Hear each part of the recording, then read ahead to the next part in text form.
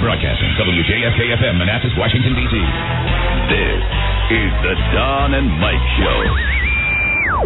Want to participate in a Don and Mike Show contest? How about this? You or a member of your household can only win once for 60 days. You must comply with any age limitations for each contest. For complete contest rules, send a self-addressed stamped envelope to the mighty WJFK, P.O. Box 3649, Washington, D.C. 20007. Thank you, and God bless. Everybody loves Don and Mike. The Don and Mike Show. Thank you. You can call Don and Mike anytime from anywhere in America. 877-365-3636. They're ready to believe you. Yeah. Okay. Hi, Don and Mike. Thank you. Hello. Yeah. Hold on the door. There's the door. Down. We're all efficient. Hello. How's your dad? Our dad is dead. Hello. Okay, everybody. Hello. Hi there. Hello. So we're going to get a ton of calls on the show right in the beginning today. Right. Hijacked we were. Yeah, we really were. That was a pun. In Buffalo. Our station in Buffalo, another fine Infinity broadcasting station. Wow. Has made the newest knee-jerk reaction. The whole station that, I guess, Stern, the midday guy, the guy from Rochester, then us, and Lickett, Lickass. All gone. That's right. You don't know Jack. Wow. Oh. But it's Jack FM. Jack FM again. Him again. Yeah. And we get a lot of calls from because Buffalo. It's just so hot. It's hot. Before we even start the show, here we go. Here's someone I bet from Buffalo. Hello, Don and Mike. Man. Hey, guys. Hey. I'm outraged, man. I can't believe this. 92.9 jump ship. So you're telling me it's all of Western New York, too? I'm listening to the song. I'm sorry. I wasn't really paying attention. He's fine. We were kind of drifting off. He's fine. Oh, thank you. He said his radio station jump ship. There's nothing I can do about that. Nothing. Whoa. I can't concentrate on such a heady issue with such a great song. The beautiful Kim Wilde in the background. I know. Let's try one more call. Hello, Don and Mike Show. Hello. Hello, how you doing today? Hi, we're doing great, thank you. Man, I'm calling from Buffalo, and I am outraged. Yeah. I cannot believe what's going on. Well, there's going to be nothing you can do about it. Is there anything they're going to go on a different station out there? I hate to be cynical, but, you'd think that if they were going to do such a thing, we might hear about it. No, I'm telling you, this is another one of those Infinity broadcasting things like WQSR in Baltimore. I'm sure they just made the decision, and boom. I mean, they can all screw everybody. That's right. No thought to others. It's called Jack FM now. Yeah, it's called Jack FM. That's good and creative. Enjoy. I know it's you, babe. See, we're going to get a lot of calls from Buffalo. They're unhappy. Today. We're unhappy. We are unhappy about this. Rightly so. But there's only one guy in our little radio family that can get unhappy and get back on the radio. Thank you. There he is. How's your new format? How's your Jack? How's your Mother-in-law? My mother-in-law? Yes. Our dad is dead. Good afternoon. Doesn't even apply. No, I forgot that we just changed the order of some of these. It's not that anymore. I gotta learn a new board here. There's new Post-its on the sheet. I see. You have new sound effects? Well, no, we just moved some of the rosy ones up to a spot where no one understands that. I said they're so the sound effects have new buttons. Is that basically what it is? Well, the Rosie O'Donnell sound effects used to be on one separate page of the computer. Right. So I would have to reach over and put bank select and pick a different page. And pick a different page. Where now I've selected the highlights, the Rosie highlights, and moved them onto the main page. So you mean to tell me that everything that is the hot sound effect of the show right now is at your fingertips? Thank you. Yes. Yes, it is. That is good news. So now Rosie's on the same page. It's a lot of fun. As that guy. Right. Good. And same one as... Yeah, I see fish. Oh, That's Granny. Right. So see, when you got all the stuff that we use all the time, now there she. Homo. There, it's right there, and also. Our daddy is dead. But it's like playing concentration. I got to learn where the new stuff is on the board. So no, that wasn't the tape about my mother-in-law, but she's fine. And the music's over. How's that? We talked right through the music. So good you could play it again. Well, yeah, but Buzz, not that good. And every sound effect was programmed for your pleasure. Amen. Okay, hold on a second. This pollen isn't programmed for my pleasure today. There's a lot of that. I haven't noticed any. Seriously, I'm having trouble seeing. Oh, I'm sorry to hear that. No, it's and it never affects me except in my eyes. Can I get my eyes today? No. All right. Well, unless you get eye drops over it. You Mike. probably do. Here's some nice music, though. Look, you guys can keep talking. Okay. I mean, we're going to keep the start of the show, right?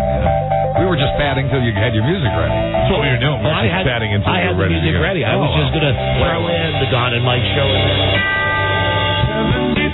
Then you guys are just going to start going. And Rob, we've already played it. You played your dumb thing. I don't think he's done his thing yet, right? No, he's not. Hi, Rob. I don't fancy you calling it dumb. Very nice. Good afternoon, Mr. and Mrs. Nice song. What? The Rob Spiewak song? Yes, the Rob Spiewak melody. It's a nice song. It is a nice song. I just decided what I'm going to get you for a gift. Nice to the heart. Now, I'm going to get you a full Southern Sheriff's outfit. Thank you. Thank you. Thank you. And Mike, you and me, it's love. Good afternoon, Mr. and Mrs. Travis Butler Evelyn, and all the ships at sea. Your most reliable source of information next to Newsweek magazine. Right. Don Geronimo. And there he is, Mike O'Hara. Hello. There you go. Nice. Thank you. Thank you. Thank you, and hello, everybody. Hello. Hi there. I know. It's all the same. That's a good song to start to. Yeah. Blues Image. Name it and claim it. It's right. Captain Ride. Don and Mike show. And Mike, it's a new episode on this Monday. Monday. 1605. Hi, Don and Mike. Buzz Burbank here. No, he's not retarded. Hi there, Buzz, and hello, everybody. Call us from anywhere in America. 877-365-3636. From Canada, from Mexico, 800-636-1067. And Washington, D.C., among the chosen few. What? That's a joke. If you're listening on WJFK, you can call us at 202-432-1067. So now we're starting with two tunes out of the chute today. That'd be Kim Wilde. Yeah, two pretty good ones, too. Yeah. You Keep Me Hanging On, and I do dig this. This is like, for me, this song is Surrattsville Junior High, sitting in the lunchroom, sitting with the kids that were not cool, listening to this song, and thinking one day, that's such a lie to say, one day, all of you asses that are bigger than me and more popular than me, I'll be on the radio and you'll be selling Carl's Jr. But I wasn't thinking that. You didn't have that prophecy? No. You didn't have that sight? Just sit there and say, boy, I like that song. Christ, I hope this guy doesn't come beat me up. Back in the days where kids would eat egg salad with braces. It's not that they beat me up. I just, even back then, like 6th or 7th grade, I was the same I am now. I just didn't want contact. Right. Why did all the kids that had braces always eat sandwiches that were heavily mayonnaise? Yeah, and they would be bad at McDonald's. Right. You go to McDonald's where you can get, you get a hamburger, get your filet-o-fish. They got to get the Big Mac with all the crap that gets stuck in their teeth. Yeah, and it was horrible to look at, especially when they drank the milk through the straw. And this is real plain and label.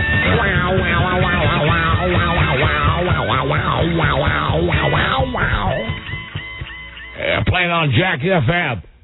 Wow. Right there. Buffalo's Jack FM. Jack FM. What can you do? We found out 20 minutes ago. You can be unhappy like we are today, and I am very unhappy about it. I think it's a bummer. I really think, based on the feedback we got from that market and the ratings, we were doing well up there, and it's just like the flavor of the month.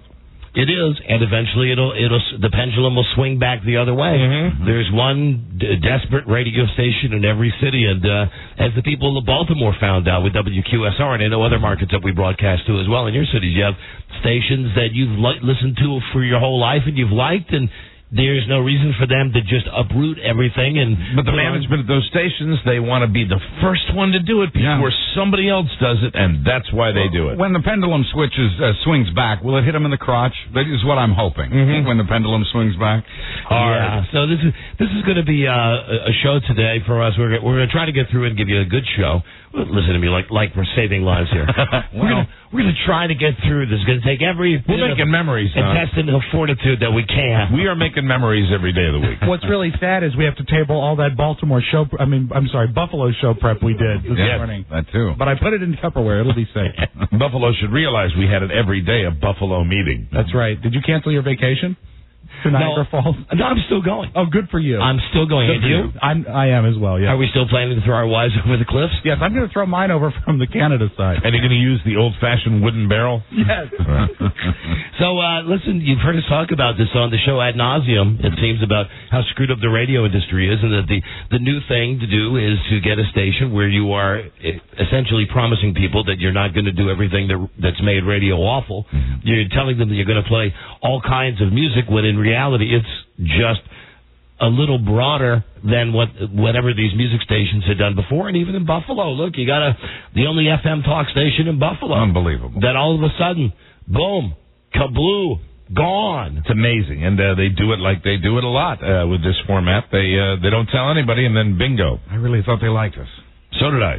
See, that's what you guys got to get over. We like them. That's what you got to get over. I mean, and it's not got to get over. The fact that what do you mean? Want to get over? But no, Mike. Here's the thing. Like we say, they liked us. Well, do you think those people that ran? We have to get over the part about they liked us. Yeah. Oh no. Yeah. I thought you were saying we have to get over the part about we're mad because we got dumped. No, there's nothing wrong with that. But listen, that management up there, they like us. Listen. Oh, I didn't mean them. I meant the people who listen to the radio. Right. I thought they liked us, and we liked them. Yeah, we did like them. And that's nothing to do with the people that listen. I realize they're that. getting gypped. That's obvious. No, I thought you guys were talking about the management up there. No. Because, they don't like us. We're just another interchangeable part. Just another round peg to put in a square hole. No, when you're a syndicated show on a station like that, you're a circuit breaker. You're not. It's not human beings. We're not in there. We're not eyeballing these people every day. Yeah. So even if you've got a show that was successful in Buffalo, like ours was, they will pull the plug. Crazy. They'll pull the plug because they don't have any problem with any of the shows, with anybody walking into an office and saying, hey, what are you doing? I've got great ratings, and eyeballing somebody. They don't have to have, it's great. It's a perfect thing for a coward to do. No, and it's cost cutting. You get rid of all the salaries of all the syndicated shows and the people that had to run the shows, and then the people that had regular shows on the station. And all you really need is just your handy dandy selector computer. You need your selector computer, you need your standard voice guy, and you've got to go find the voice guy that's doing the voiceovers for the Jack station in Boston and the Jack station in Hartford. Because you don't want to get an original idea in there. If you do that, you're going to get fired. In Indianapolis, and then you got to have them the same, Jack. No, I didn't like that. A little more, and I'm thinking like, Jack. Well, perceptual studies show people like Jack. We'd like to make ours unique. Can you just go, Jack? I'm not hearing a C. Jack Buffalo. These are the types of decisions that are being made by these pinheads now that are running the station. Idiots. So they're out of it. Buffalo's out of it for now. Sorry, we are sorry. We played some games up in Buffalo. Yeah. Had nothing to do with it. Let's take some calls from some folks in Buffalo. I'm guessing that's all we're getting right now. How long were we on in Buffalo? This time, gosh, I don't know. It's been over 10 years, though. Okay. On, I believe, 4 stations. Really? So we've always had a presence up there? No. We're still on WHDK in Rochester, right? Right. Would it help if all the gals came out tonight? The gals? The Buffalo gals. Oh. Oh, he's using that movie he made when he... That's that movie you made on your 60th birthday. Yes, it's fond memory. Buffalo gals, won't you come out tonight? Hello there. Don and Mike show. Hello. Hi. What happened, man? I got in my car and I hear 92.9 Jack FM. I almost drove off the bridge. I swear to God. How are you enjoying the selection of fine music? Okay, well, this is what they played. They played Huey Lewis. Yeah. And then they dropped the MC Hammer bomb on us. Yeah. And then they had a little Rolling Stones and the Hey, What's Going On song with that chick. I don't know what the hell it's called. Oh, the Four Non-Blondes. Yeah, terrible song. But, I mean, I just almost cried. I don't know what the hell's going on. Oh, well. We're very sorry. About that. We wish that we could broadcast to Buffalo to say that, this is an awful idea and hopefully we'll be back, but Jesus Christ. We got it 10 minutes before we went on the air. Sorry about that, my friend. Sorry. Well, when are you... Oops. Oh. Sorry. Oh, and his last memory will be that of being hung up on.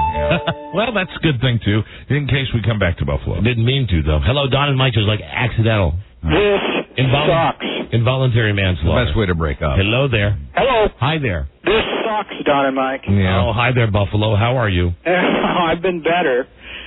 Just to give you an idea of what they're playing, I just enjoyed a little bit of Raspberry Beret followed up by Little Pink Houses.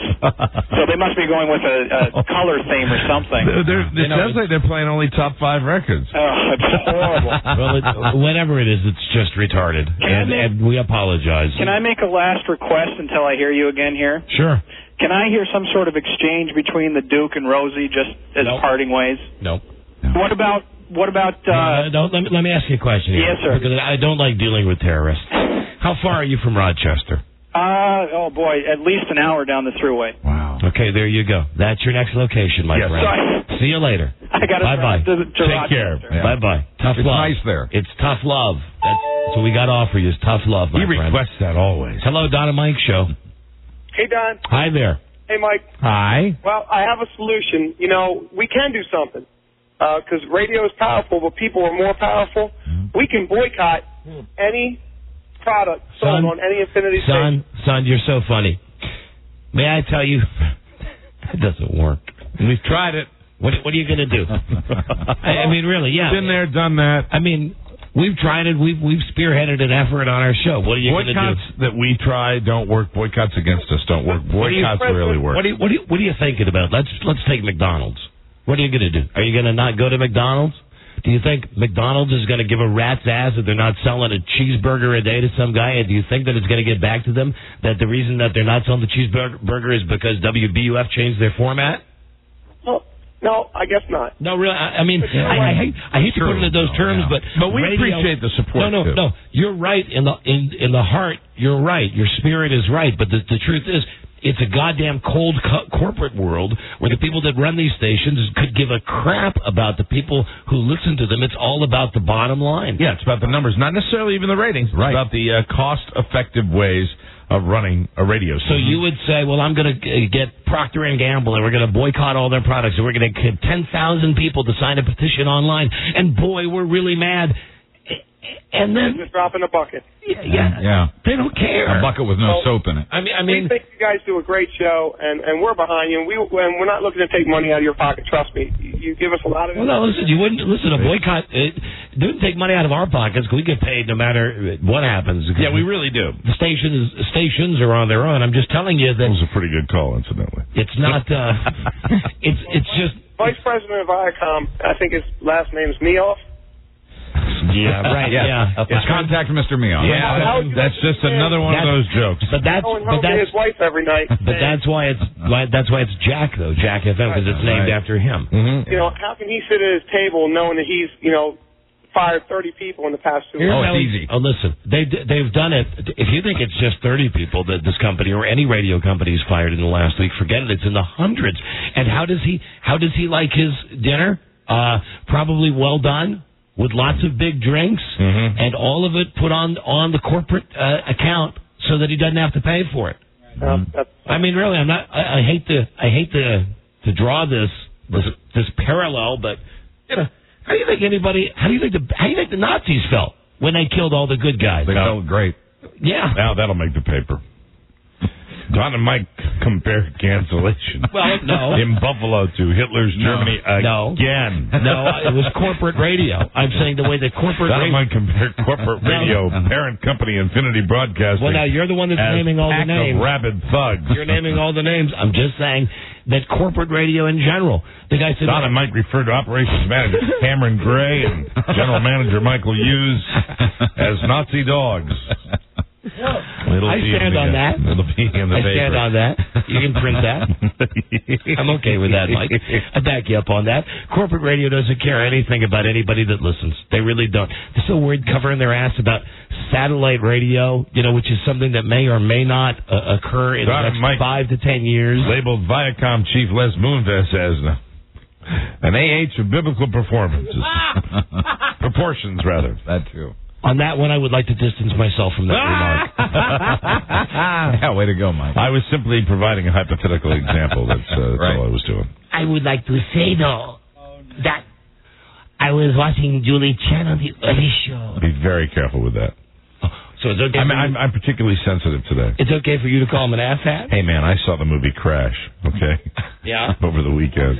Yeah, what does that have to do with Julie Chen and Les Moonves? Are they in the movie? It's when you're making the Asian sound of shall we say, Crash is a racially charged movie, and all religions. So because you saw a movie, I should not do the voice no more? Very sensitive. And does that mean you will not do it either, Mike? I will never do that again. You will never do not this after again? seeing that movie, no. Oh, that's a life-changing movie. It's just when, really, Sandra, there's a moment when you're doing that Sandra Bullock has when she gets rear-ended by this Chinese woman, and it was funny. It was very funny. So you won't do... I hit Blake's. You smash into my Blake. I hit Blake. I hit Blake. When you knocked out my Blake leg, it was funny. I'm excited that Hollywood is finally catching up to me in the racial sensitivity. Absolutely, Rob. That's knew it good. would happen. Oh, I did not get to see that movie. My wife did want to see that yesterday. It's so nice to finally go into a movie and enjoy it. It was a refreshingly, surprisingly good movie. A little bit long, either I'm getting old or these movies are getting too long. They all seem 10 minutes too long. Agreed. Every movie I've ever seen, in the last 2 years, seems 10 minutes. This movie has a little bit of everything. This movie touched you so much you not do your fake Oriental Asian voice anymore. Oh, I just a joke with you about that. Oh, thank you, Mike. You get that as much as you want, Joe. Thank you, Honorable Mike. Okay. Anything I do for you, okay? We will go to see your auntie, okay? Julie Chen. Thank you. That's all I want to say. That was Don Geronimo say that. Hello. But they are just asses, all of them at corporate radio. Oh, it's a shame. We're bummed out we're not on in Buffalo. How can they eat? How can they sleep? Very, like all bad guys can't. Yep. They sleep with full stomachs and clear consciences because... What do they care if they fire 20 people, 50 people, 100 people? If they make 100 people, 10,000 people, 100,000 people, if they make them upset because their favorite radio show or station is gone, they look at the bottom line, they go, hey, look at this today. We got rid of this and this and this and this and this, and it's only going to cost us this.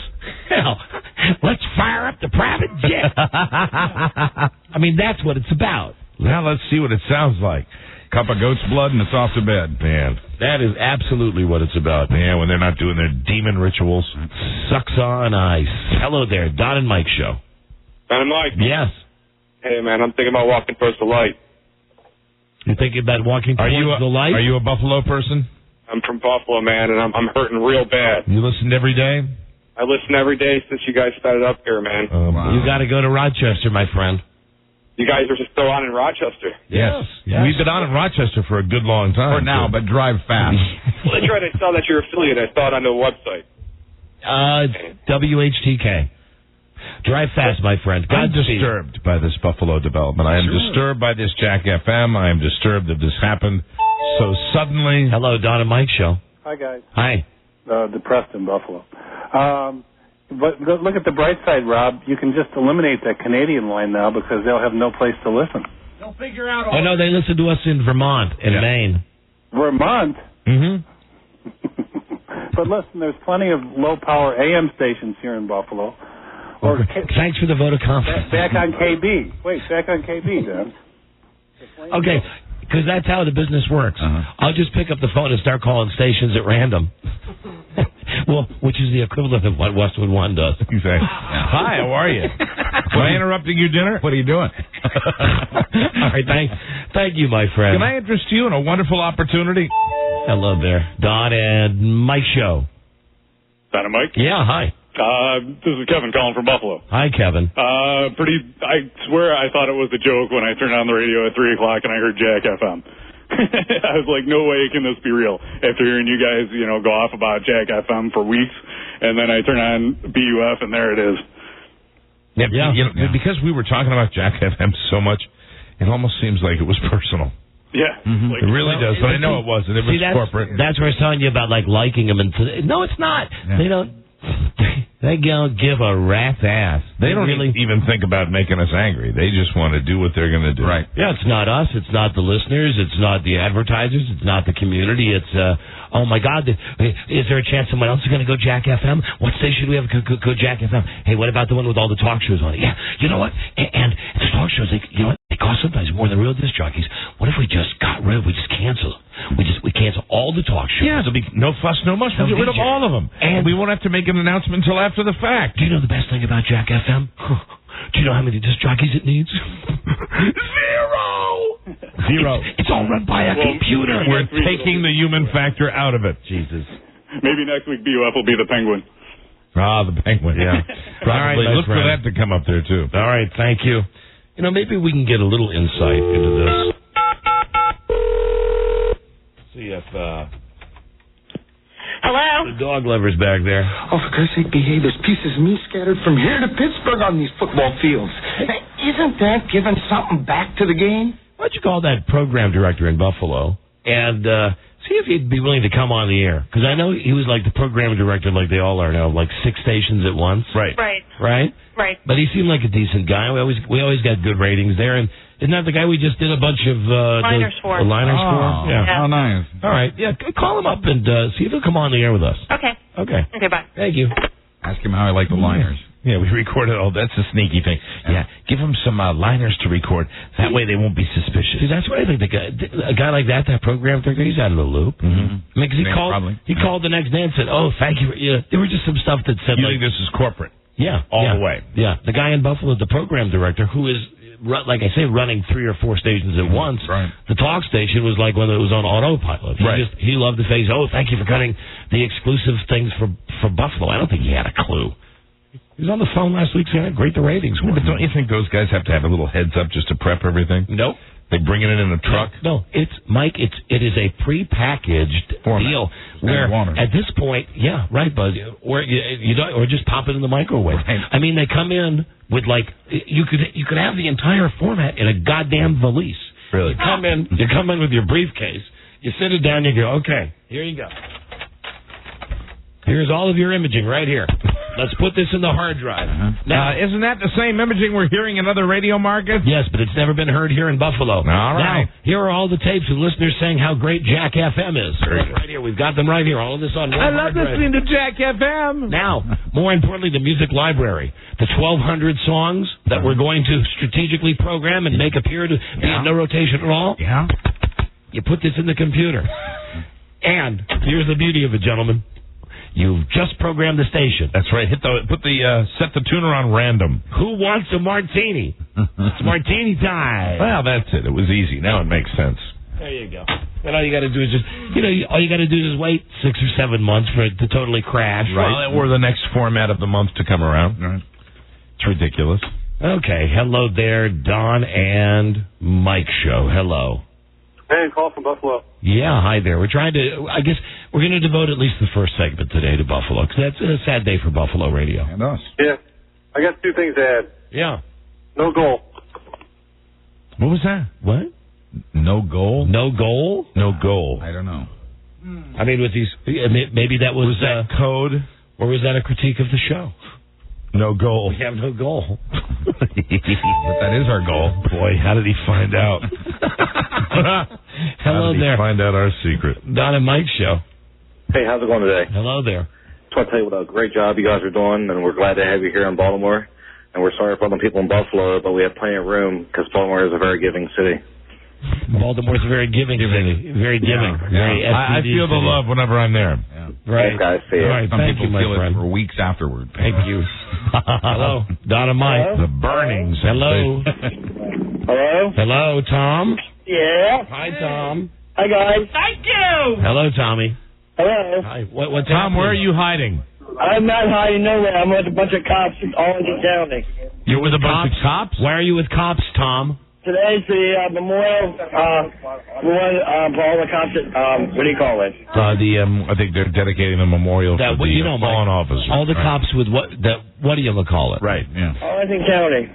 And Tom, why on this very sacred and serious occasion are you there with the police? Yes, I am. Why, Tom? Why?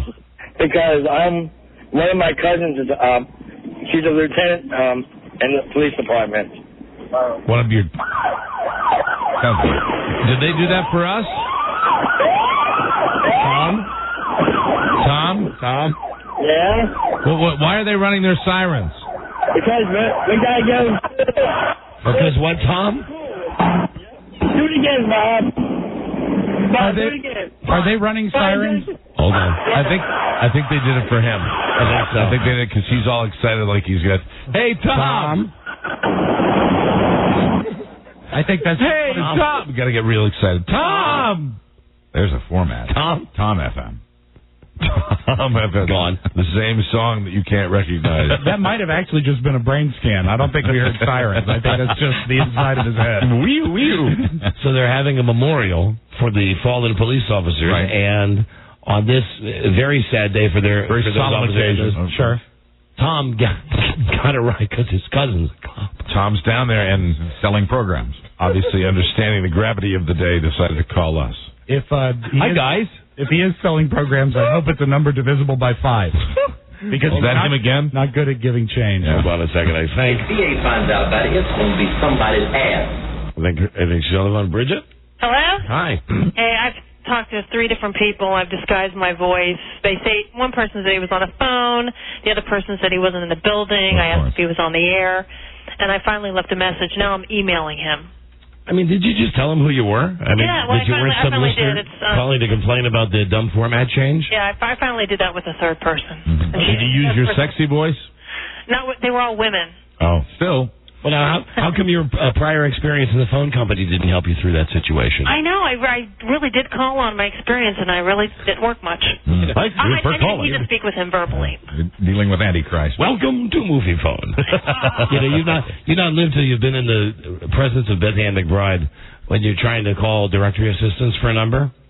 And I kept getting hung up with that same thing where you go like, Circuit City. They go, would you repeat that, please? I go, Circuit City.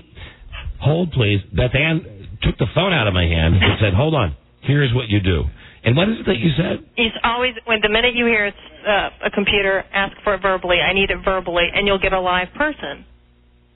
I need it verbally. I'd like the number verbally. You don't tell them anything because then a live person has to come on, and they'll say what city and state. Give it to me orally. I like it verbally. I like it. Can you substitute orally for verbally? You could, but I think they'd say, sir, verbally. Give it to me orally. You can do that if you want. And if it's orally, let it be oily. Since I'm Then they're going to transfer you to the supervisor, Don. since I get up at 6 a.m., it'll be oily. Supervisor in aisle 3, please. It's an oily morning call. Oily. for an oily. Okay, bye, Beth Ann. Okay, bye. Bye-bye. So I guess the program director is not going to come on the air with us. No. And it sounds like that's that. Sorry about that. Hello there, Don and Mike Show. How you doing? Hi, we're doing okay, thank you. Call in reference to the guy from Buffalo. He was yelling no goal. They think it's conspiracy. The Super Bowl was a wide right, and the Sabres lost the Stanley Cup for a no goal. Oh, wow. Okay. You should have caught that, I guess. How about that? Or not. Sorry. Hello there. Don and Mike Show. Good day, guys. That's too bad. We went to one of those Super Bowls. No goal. We went to one of the Super Bowls with the Bills lost. Remember that guy with the shaved It was head? just a generic Buffalo term for defeat. Yeah. Defeat and sadness. Yes. And sadness in defeat. No goal. Yeah. Hello. No goal. Their life pain. Hello, Don and Mike Show. Good day, guys. Hi there. Hey, I know who took over the job as the disembodied voice in Buffalo. Who? Hi, Mike. No. He'd never think about doing that. No. You're listening to Jack FM. I know he wouldn't do that. I just see he's right here next to me. Not going to leave Get Mike. out of here. His disembodied head. Stop it, please. Hello, Don and Mike Show. Hello. Hello. Hello? Solidarity. There he is. Hey, can I get an oily? Can you oil what this? He's just requesting an oily. An oil. An oily. I think I saw that on the internet. Hey, what's wrong with AM? Pardon? What's wrong with AM? You guys always down AM station. Isn't one of your number one cities AM? Yes. Yeah. No, listen. We are the kings of AM radio. It doesn't mean we have to love our kingdom. Okay, we can make fun of our kingdom. That's a great new slogan for us. What's wrong with AM? Nothing. Every time someone references you guys go to AM, you guys oh God, AM. Yeah, imagine that, because AM is so hot. AM is so freaking hot. Hey, we know we're on AM. We know we're on AM, but we make fun of it anyway. Sure. Just like we like you, and we can make fun of your stutter. In Sacramento, AM's number one. Yes, AMs are the Are you one calling from Sacramento? Yes, you are. That was a question that didn't need to be asked. Yeah, that's right.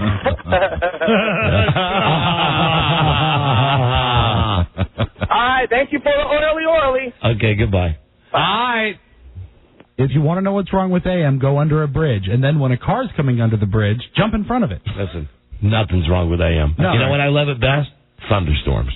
Oh, yeah. I love it in a thunderstorm when you hear the crackling. All of the richness that AM radio really has to offer. I like when you change a television channel and AM goes, nyeh, nyeh, nyeh. Thank you, Ben. And speaking of thunder and lightning, I don't want to say that it sweeps, but one of the local weatherman here, it says, Doug Hill. Is Washington becoming the next tornado alley? That's when he's standing in front of the ominous, the very ominous background, and he goes, I'm Doug Hill. Last year, on one day and 24 hours, 13 tornadoes. That's more than the average total of the year. Is Washington, D.C. becoming the next tornado alley? I feel like looking at, really, I look at Tool. Listen to me. You can take that stance and stand like Captain America. Right. The first time that you're able to predict when it's going to be sunny and 75. Hey. That's the day. They blew it this weekend, too. Yes, they did. Supposed to rain all weekend. But tonight, we got some showers. That was about it. Tonight, a weather investigation. That's what they're promoting, this report about tornado. Weather investigation. How do you investigate weather? But here's the deal.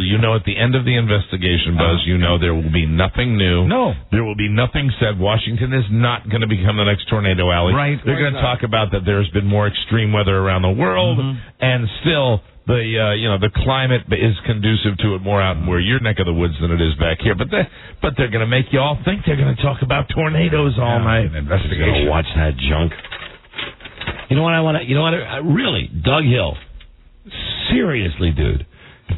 Anytime you or any of those weather guys want to just for snicks on a Monday, why don't you pull out your forecast from last Monday and show us what your last 7-day forecast was? Because I'm really tired of hearing from you guys. And weather, this is why I get pissed at him. Because everything is Storm Center, the Channel 5 Storm 4. Everything is set up to be awful and be sensational. Right. And everything also is designed to be grandiose. When the truth of the matter is, you can't tell the weather any better than my left toe can. Just go back and look at what you predicted last week. And I'm the type of idiot that does watch the weather on Monday when they give their 7-day outlook. Right. And we need the 4,000 graphics of the sun covered by the cloud with a lightning bolt coming out of it. And a raindrop. And a raindrop. Looks good all week in the 7-day. Not a chance of rain coming in maybe till Thursday or Friday. Weekend at this point looks good. It's a good-looking forecast. Let's get out there. Meanwhile, the entire week, got to make sure you get the cliche in there. Get out the old barbecue. Rain, 55 degrees, kiss my ass. Overnight lows tonight in the district in the 40s. Hello. It's like 29 on Saturday night. Not that it matters, but just get that right before you're going to stand up there in your Superman outfit saying, are we going to be the next Tornado Alley? And it's shaping up to be a nice weekend. If they tell you that on a Tuesday, they're lying to you. That's right. Doug Hill said it on this very show. He said the only weather certainty that they have is the stuff that's like within 24 hours. And that's because they can make the phone call from where it's coming. Right, they can look out a window. But even then, the wind can screw them up. They can mess that up, too. Then we do need an investigation. I talked to our weather watcher down at the, James A. Doofus Mini School. You know what they're concerned about because it sweeps also. Even though they caught the guy that beat up that grandma, that street vendor, right. Even though they caught him a week ago, they're still showing the video. Yeah. Every time they give you an update on the scumbag that did it to her. Right. And what's the new one now that they're on? Hold on. It's another awful one. Give me an awful video? Yeah, give me a moment and it'll come to me. Well, the video that I saw was the video of that car chase where they shot the guy at the end of the car chase. Shooting in L.A. The one where the guy had the red cap on. Oh, man. It's a brand new one. Oh, it's right on the tip of my tongue, too. They were all over it today. Oh, I know what you're talking about. It's Tony Danza when he rolls his go-kart. No. See that one, too, Mike. I'd like to warn some of our younger listeners this may not be suitable for them, and it may be disturbing to you. Tony Danza in a golf cart. In a go-kart, rather. However, I do love it when they send perky Holly Morris out to do crazy stuff like ride horses in the morning. Yeah. And am I the only one that watches Holly Morris, who really is a hyperactive poodle, when she's on that horse? And hoping for the accident? Look at the TV and say, please, now, God, listen. I know what you did to Christopher Reeve was a bad thing. Right. God needed a Superman. God doesn't need a hyperactive poodle to be out in Prince George's County at the Equestrian Center showing us how to ride horses while she's had 8,000 cups of coffee all morning. Now, Flipper. There she goes. I'm Holly Morris. Wow. Down. Thud. Down goes Morris. Thud. Splat. Down goes Morris. Wow. I don't know what it is. It was, coming to me, it's a hidden camera one that they're doing on Channel 7.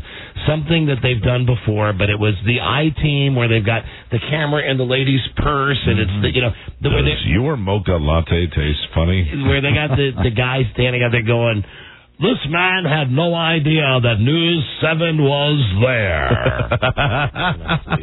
Our secret cameras recorded him, A, picking his nose, B, picking his nose. They've got so much time to fill on the news, and there's only so much news that you can fill with. Right. And after that, you become less than news. You just become entertainment, which is what they all are. And we've talked about local news before, where there's nothing that excites them more than the repeat easy story. And the way they fill time now is with sensationalism. Right. When the ratings are over in about a week and a half, it'll be back to, Petline Thursday. Right, exactly. When they run out of time on the news and they go, wow, now let's go out to the weather guy out on the weather terrace who's out there with some pig and some three-legged animal. That's looking great out here, JC. I'm up to my buttocks in animals, barnyard animals. Having a great time out on the weather deck. Hello, Don and Mike show. Hello. Yeah, hey, Don, I think I know the incident you're talking about. What? It's some black cat that hits a dude and just cold cocks him. And yes. Yeah. Keep going. Yeah. And then the other guys are saying, man, you're the hardest punching dude, and they're just making fun of this poor guy, and he's just laid out flat. Yeah. I mean, they've run. Thank you, my friend. Yeah. Okay. I'm surprised I couldn't remember that with all the graphic images in my head. But that's the latest one. And what they're doing is like they did with the old lady being beaten up. They say some disturbing images in to News 7. Cover your eyes, but we're going to show it again and again and again. And we're going to show it in slow motion this time. Ridiculous. Because that's how great we are. Here at Jack FM. That's when it all gets back to. Jack FM. Well, does anybody know that we really have a show to do today? I mean, I've got a weekend. We've got something planned? Yes, I got a weekend to tell you about. There are goings on here at the radio station. Always. I got a very urgent email from Joseph Ardinger over the weekend that we'll have to share with you. But look at this. All we're getting is just Buffalo calls. Yeah, God, a lot of people. I feel awful for all these people in Buffalo. And for us. Really. Hello, Don and Mike show. Dan and Mike. Yeah, Don and Mike. Hello. You know how they name all the new Jack stations Joe or Bob? How about naming the one in Buffalo Pat? Is this Ted Koppel? Gas from Gas's Garage. It's Pat Goss. Although I agree, although it doesn't sound like Ted Koppel, it sounds like the guy from Saturday Night Live that does Ted That's Koppel. what I thought. Pat FM. It's Pat Goss. Pat FM or Bonnie FM. When you were talking about that movie Crash, I came within my wife. You missed a good one. The discussion at our breakfast table on Sunday morning was we were going to go to the movies. That she kept saying, well, this one looks pretty good.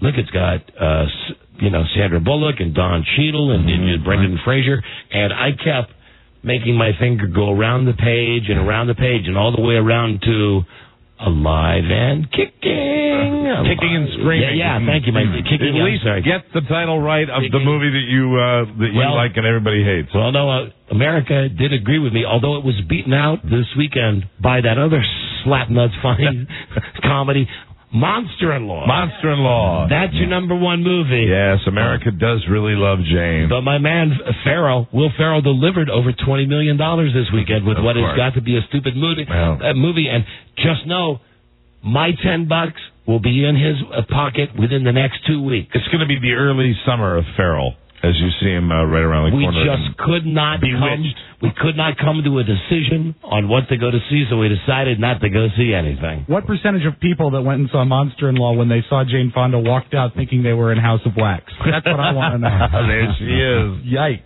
House of Speewax. That's a good movie. That's a different movie. But Crash, you will not regret going to see Crash. Okay. I thought that rocked. And Don Cheadle is rapidly moving up on my list of actors. He's a great actor. He's pretty good. I'm excited about it. He's pretty good. You'd love it. Floyd Brackman. I think you'd like it. He's a good actor. Well, you don't think I have intellectual capacity for it, Mike? Is it too deep for me? No, I don't think. Because I like only Will Ferrell movies. I don't think it's over your head at all. But I think you might think it's a little long. I know I did a watch check. You know the kind of movie that all of a sudden has an ending type part, and you're like, oh, you got your hands on the armrest, and then we're going back for another segment or two. I remember one time I was in Chinatown. And I'm walking around, and all of a sudden, out of nowhere... You didn't put on your Blake. Flash. That's what it all was about. Flash. And I will say that... If that's the case of calling a radio station, hello, would you please play The Crash? You know, I've been a Sandra Bullock hater. If you wanted to hear The Clash. I've been a Sandra Bullock hater for a long time, and this is the first movie I thought she was fantastic in. Okay. I mean, she's got a small part, but she was really, really terrific. Hello, Miss Congeniality. I forgot. Miss Congeniality 2. Did she ever star with Adam Sandler in anything? No, she hasn't. Okay. I'm past him now. You wouldn't have seen her then. You've grown. Did you see Miss Congeniality? Did you watch the whole thing? I did not. With Candice Bergen? I seen it on HBO, though. I'm surprised she was able to tear herself away from producing the George Lopez program. That's right. She's a big pal of George Lopez. Oh, Lopez, give me a break. Well, she was not a big enough pal to give me a kidney. It didn't match, George. Hey, I don't care about those details. I will fix it myself if I have to use a dinner fork. And then you'll swallow it? Yes, I'll swallow it whole. Well, maybe in 2 pieces, depending on how big and fat it is. Oh, Jesus, we got a break. I am not kidding. Give me a break. We'll be right back. This is the Don and Mike Show. This is the Don and Mike Show. There is no just cause for an invasion of Iraq. Well, that may be. But what we're all forgetting is anyone who doesn't want to go to war is gay. I want to go to war. Oh, yes, we should definitely go. I was the first one who wanted to go to war. The Don and Mike Show. You can call Don and Mike anytime from anywhere in America. 877-365-3636. They're ready to believe you. That's right. Uh-oh. Sounds like somebody's got a case of the munchers. Right. Even tastier than a nice gay mocha. The Don and Mike Show.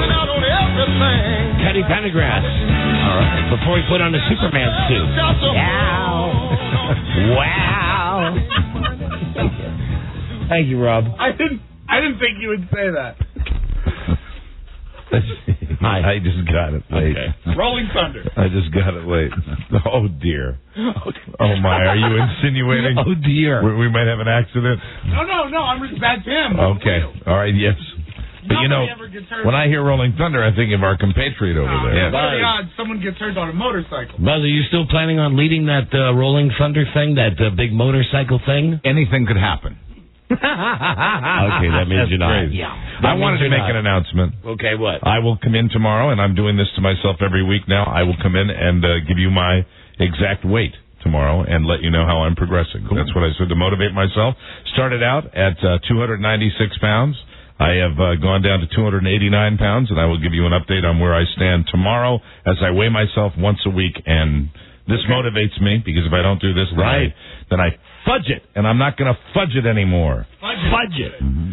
Fudge it. I don't want to fudge it no more. Fudge it. Actually, you can eat on this diet I'm on. They have very low calorie fudgicles. About fudgicles. Yeah, fudge-sicles.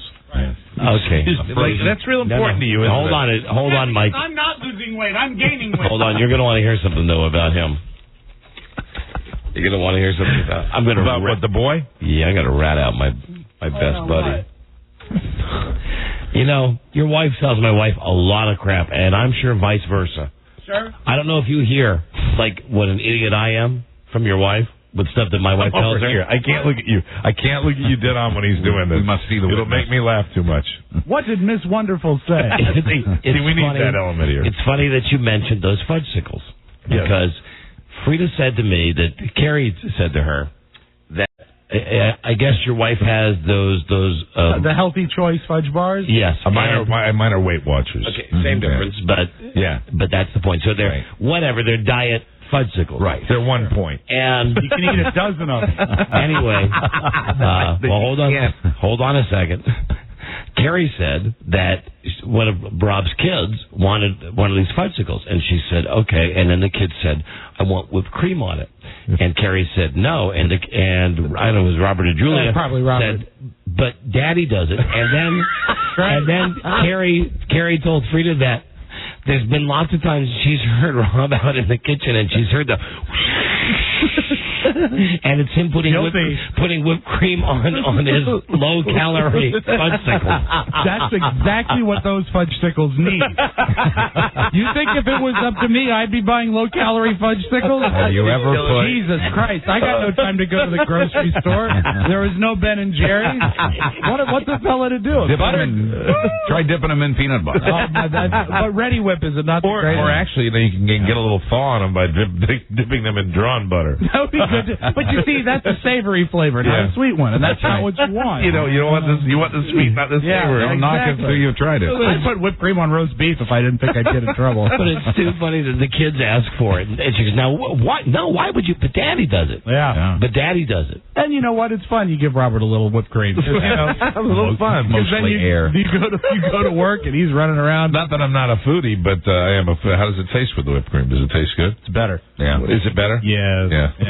They taste good, but they don't feel right in your mouth. Right. And that's because the fat's gone. That's right. This returns the fat. What you need to do is restore the fat. Add the fat. Do you want your fat? Spalding! Oh, my God. Oh, hold on. What? I'm sorry, Robbie. I've lost a lot of weight, too. And I put every bit of it back on, and it's a lot more fun to put it back. And look at me. I'm happy. Let me have my Ready Whip.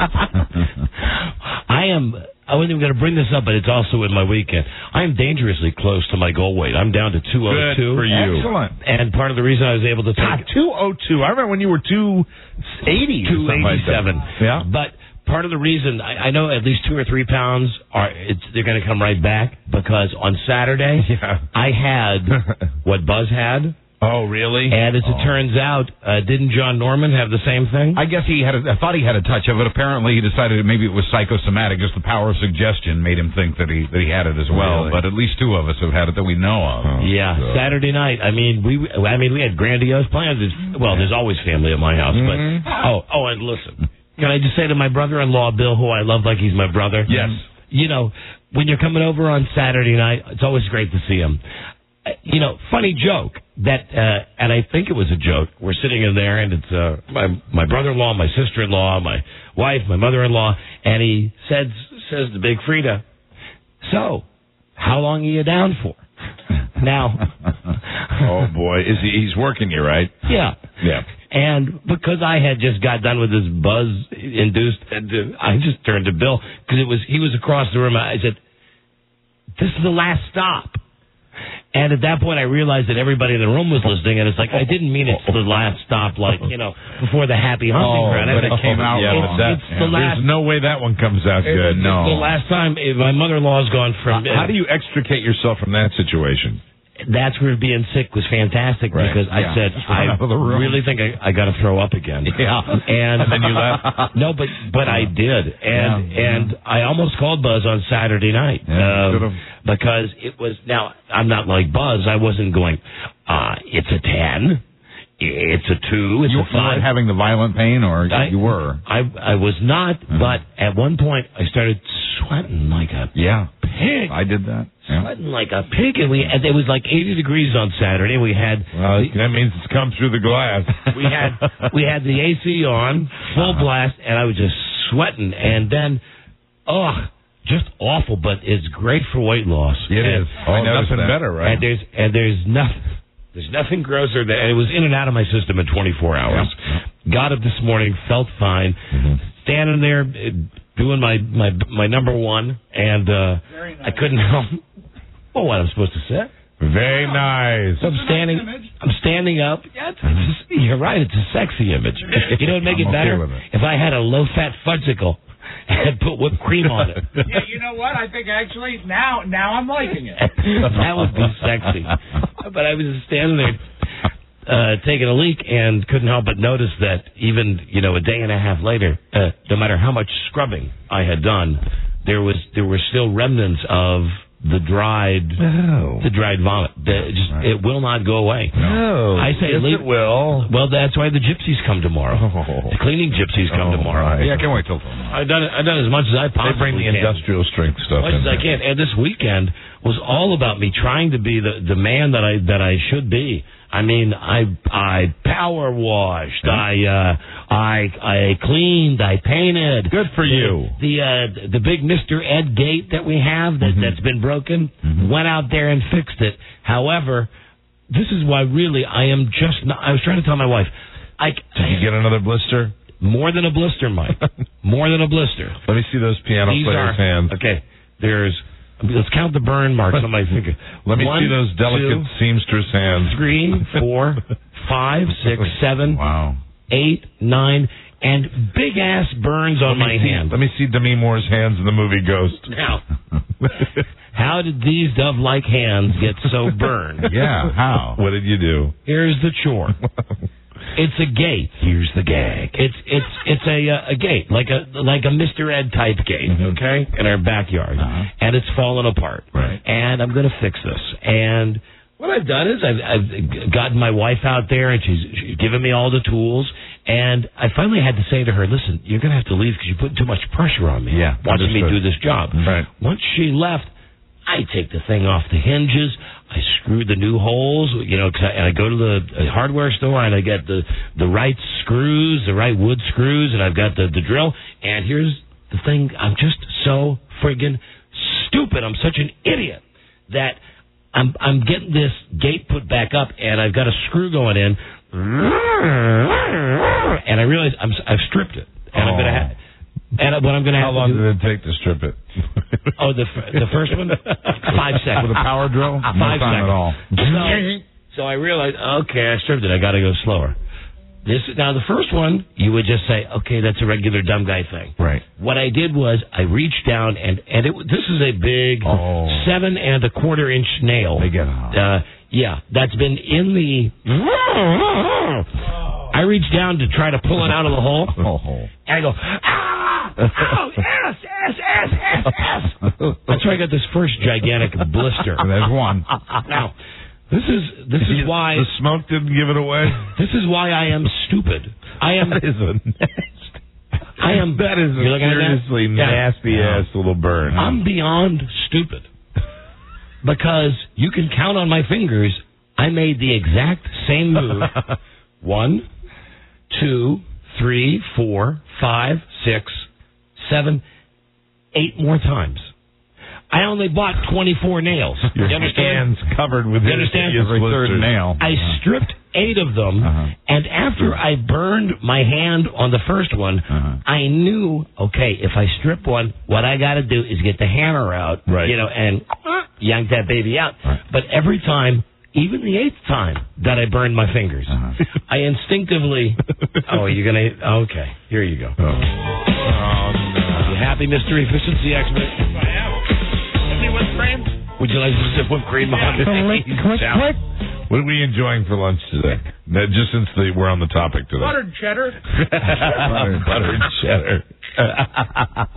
So the boy can eat, and the boy brings some good stuff in from home. I don't know. It's not in my makeup. I'm trying real hard to be like the handyman, at least do the crap around the house that I should do.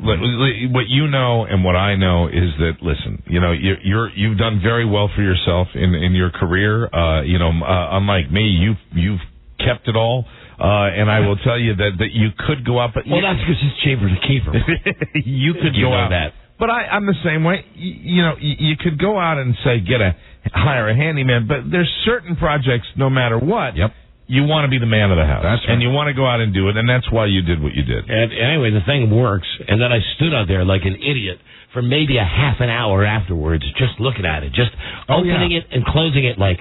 That's part of the job. I am just a genius. Admiring it. Who cares that my fingers are really singed and I look like a burn victim on my hands because I'm such a freaking idiot. You did complete the task and it was satisfactory? Yes, and it even met with, how did you get the nails not to strip?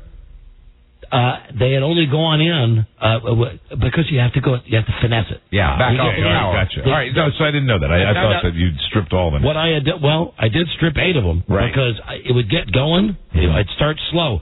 I go, I'll never get through this wood this fast. I go, and every time I would do that, it destroys the head of the nail. I'd strip it. That's it. True.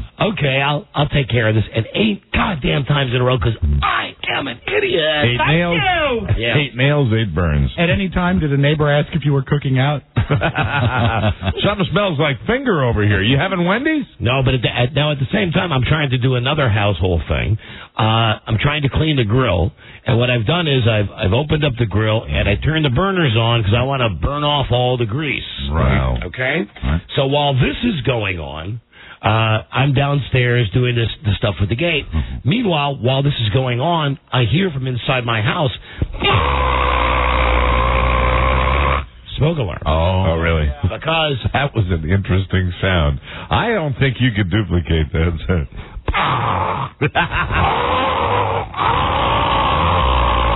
Very good, you got it. You did it, thank you. Sorry to make you do that again. I just enjoyed it. But I can hear it from all the way in the backyard where I'm working on the Mr. Ed gate. Why is the smoke detector going? Well, because what I've done is left the back door open so that the dogs can come out with me. Mm-hmm. And because this grill is so incredibly dirty due to negligence that every bit of grease is burning off. And so you're firing it up to clean it. Right. So the proper way, the way you're supposed to do it. Mine's got the enamel coming off of it. And what's happened is all of the smoke has been blown directly into the house. Yep. And like for the next 5 hours, no matter what I did, no matter where you went in my house, the smoke detector would go off? No, it smelled like there had been a fire in there. Oh, dear. It smelled like something had burned.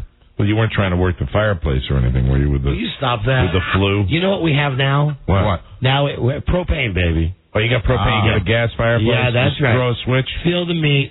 Seriously, that is taste the meat, feel the heat. Yeah. My conversion kit for my gas grill gets installed on Friday, and I'm very curious as to whether, like, with the enamel starting to flake off, that black stuff starting to chip away, does that mean my grates are toast now, or should I don't think should I replace them, or I don't think the grates are actually, everything's probably fine if you don't mind the chipped paint. See, that's what I mean. Yeah, right. That kind of puts a damper on like a piece of chicken if you bring up a piece of chipped paint. And they're not supposed to do that, are they? I don't know. Yours shouldn't know. Sometimes I tell my guests when they come over, and barbecue, this is hot and spicy. This is thalidomide. Because I've got all kinds of paint chips on those rack things in my grill, and I just want it to be clean. I don't care. But when I scrub it, I don't want a big fleck of paint to come up off. What the hell? I thought those things are supposed to be not fleck off. What you should get? Hey, would you watch it, Shock Jock? I'm sorry. Watch the mouth. You mean the food surface, the cooking? Yeah. Just go get stainless steel ones. Well, don't they have to be the right size? Yes. Hold on, Mike. Hold on. We got an emergency homo call, and it says for Mike. All right. On the homo hotline. Put it through. Hello, Don and Mike show. Yeah. What? Hey, Don and Mike, Homo Joe here. It's a real homo call for me. Joe.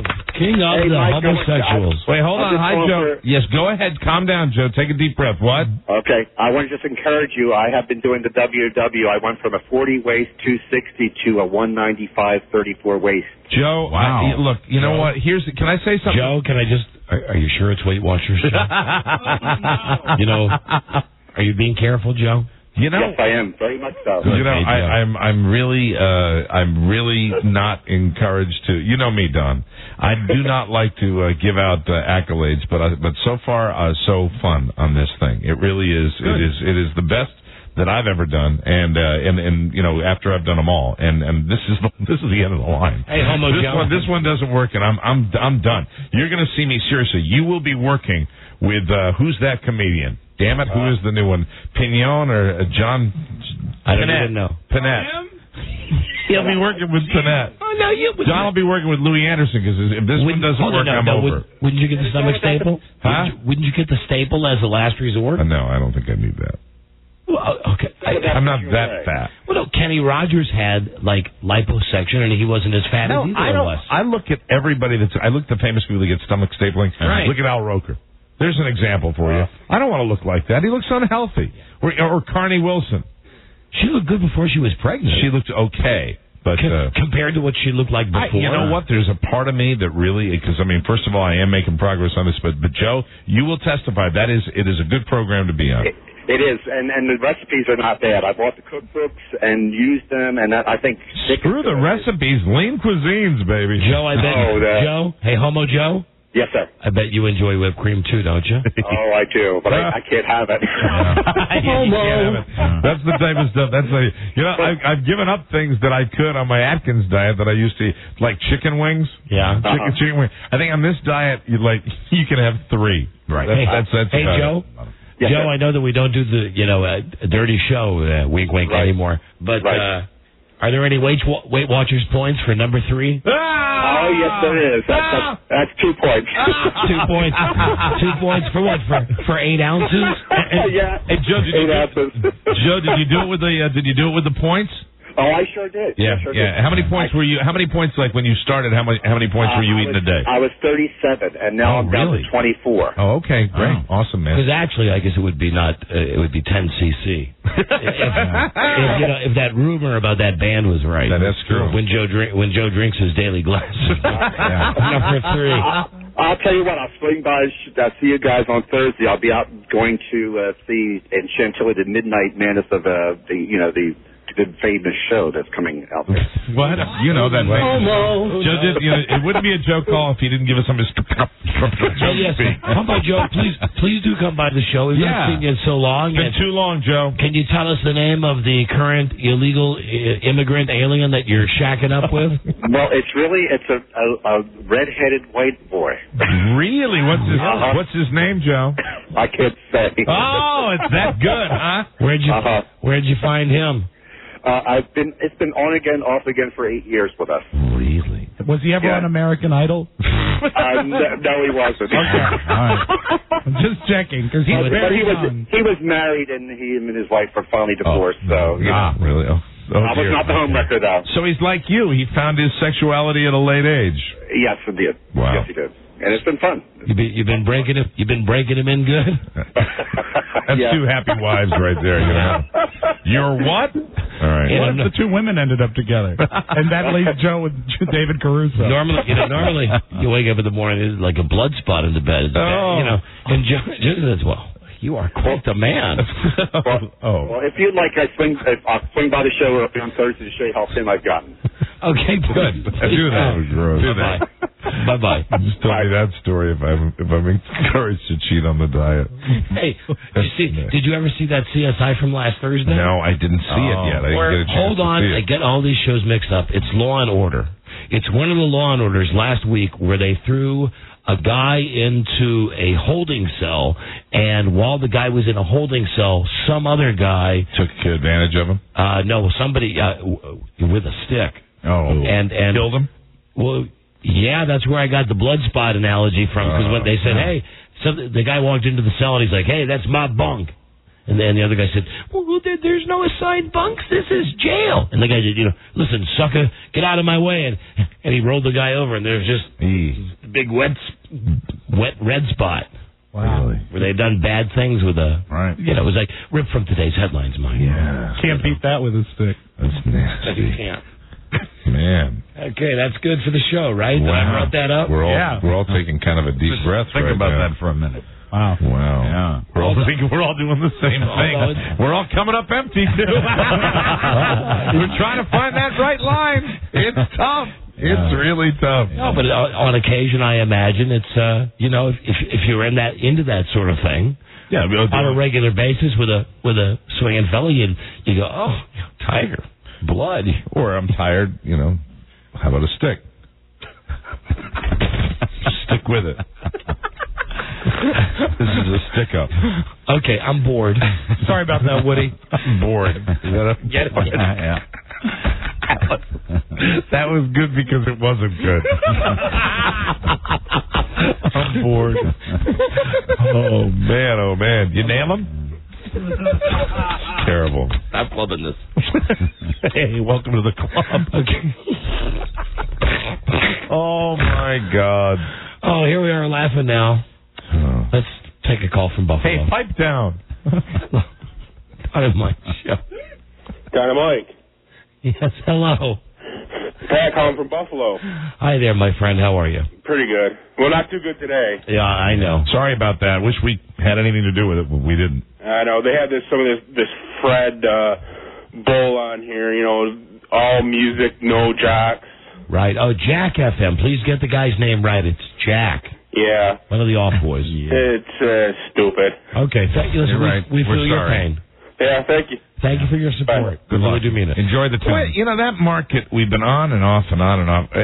I really would that Buffalo would be a little more like Rochester, which has been a loyal, steady, and incredibly successful radio station, WHTK.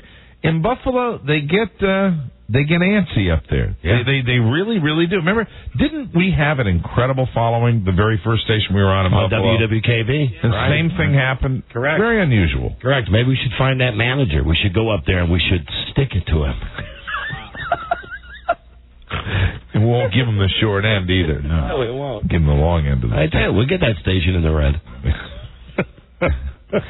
Or out of the red, into the black. Ew. That's nasty. Man. That's a nasty show. But they get away with it, that Law and Order and all this, because, ripped from today's headlines. We ought to go up there and start poking around a little bit. I'm sure there are people that don't like the show, but that's just a splinter group. What we like, and now that we're talking about it in the context of talking to the program director, this is it was uncomfortable before, and now it's really feeling like almost I just normal. want to say, I'm raising my hand. I was not uncomfortable before. I know the rest of you guys were. Yeah. Well, see, you saw the CSI. I was just hearing about it. It sounds a lot worse. Law and Order. Oh, Law and Order. Law right. and Order. Yeah. Hey, punk, that's my bunk. Yeah. Big red stain. It wasn't Jerry Orbach that got it, was it? Knock on wood. Oh my God! Yes, and it was as he is today. Jerry Sorbach. I think he's gone now. I know. Yeah. Regretfully, he has passed. Yeah, but they could have made him like a puppet. You know what the puppet would be? What? From Toy Story, Woody. Winner. Thank you. We have a winner. Please return your bingo cards to the front. The next letter is... Oh, man. A. Followed by H. And we'll be... Bingo. Be right back. This is the Don and Mike Show. This is the Don and Mike Show. You know what you are, Burbank? What? Fearmonger. That's right. Burbank. Fearmonger. But you're giving. Yes, I am. Giving fearmonger. He's a giving lover. What happens in Vegas stays in Vegas. Yeah, right. A vacay every day in the month of May on Independence Air, the official airline of the Don and Mike Show. There are a couple of things going on around town we want you to know about. Oh, Don and Mike, is this true? Two favorite radio guys. I know you're a big fan of this. I am. In the afternoon at 4 o'clock today, right out in front of their studios in Fairfax, they're going to dip themselves into 500 pounds of soaking wet hot chocolate. They're going to come out, they're going to dry, and then they invite the general public to come, as they say, to bite off pieces of them. Yes, you can. Now, I thought about this. I mean, because I do like them very much, but they don't, they just strike me as kind of, I've never seen them, but they sound kind of maybe scruffy. But they're going to wrap themselves in plastic first. They're both very attractive men. I already announced that I'm gay. Anyway, so you can do that. The Don and Mike Show. You can call Don and Mike anytime from anywhere in America. 877-365-3636. They're ready to believe. And that song's got that like fade in that thing that goes shh before it really kicks in. Sounds like somebody's got a case of the Mondays. Hey, the joke stops now. It's the Don and Mike Show. All right, thank you, Dude Walker. Make sure you hit our website, DonandMikeWebsite.com. We get a lot of response. I have emails from Buffalo. Sorry about what happened up there with Jack FM. I found myself staring at our website over the weekend, just at some of the pictures. So a lot of fascinating stuff on that website now. Robert and Robert. Oh, and speaking of Robert, we've got some correspondence from Robert the Angry Mailman. He was in Japan last week. Did he send us a postcard from Japan? He sent more than one postcard. They all arrived today. Here's one to Don and Mike. I like he addresses it Don's and Mike's show. Of course he does. Where do white women? Robert the Mailman. And that's a postcard that looks like the skyline of Tokyo. That's all he wrote. Right? And then we got this one. And as you can see, Mike, that's are they like candies?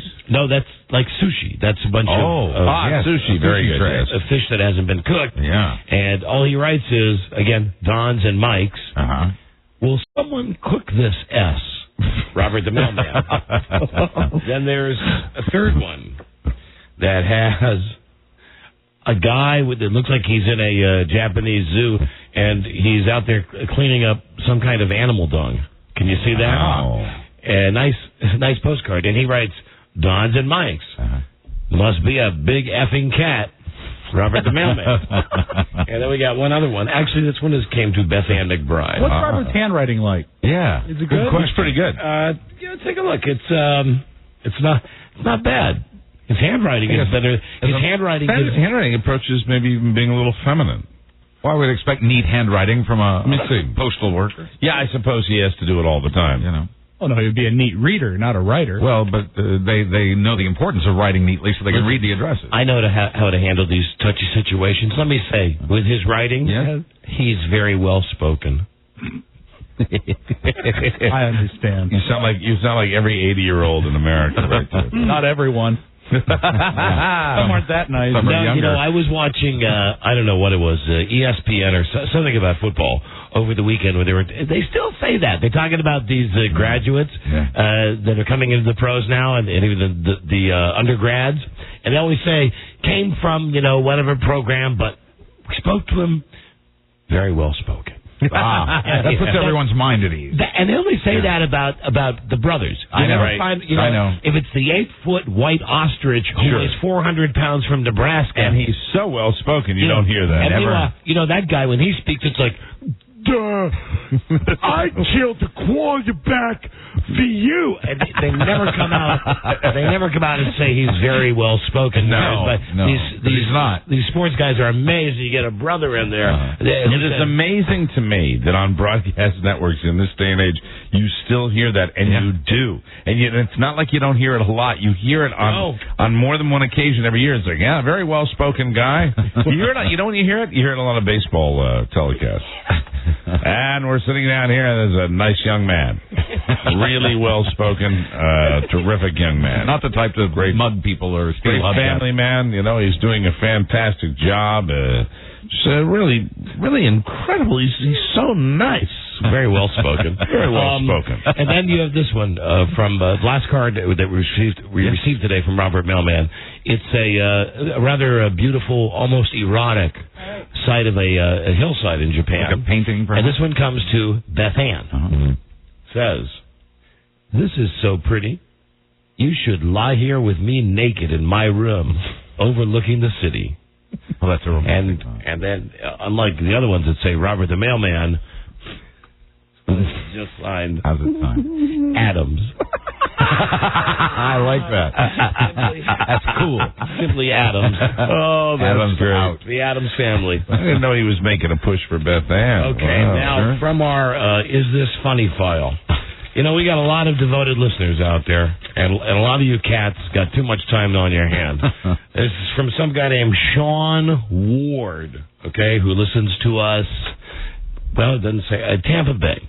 To cast and crew of Don and Mike's show, I want to help. Don mentioned during Buzz's stroke on Thursday, if he had held up a sign, others may have paid attention to him sooner. I have made you paddles. Oh, good. Message paddles. There's some for everybody. Thanks for all you do. Oh, my God, he really did make message paddles. Sean Ward, yes. And Buzz, here you go. Here's one for you. These could come in handy. This side says, I'm dying. And the other side says, I'm sick. I'm sick.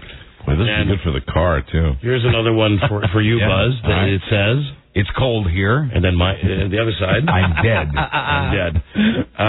Then hold on. This one would be, Don Geronimo. This is me. World's dumbest millionaire on one side. And then on the other side, got midget. Yeah, okay. Kind of shaky for me. Yeah. And then you've got, hold on, Mike. Yeah. Here you go. For Mike O'Mara, it says, I can run around in circles for ye. And then on the other side, it says, AA is for quitters.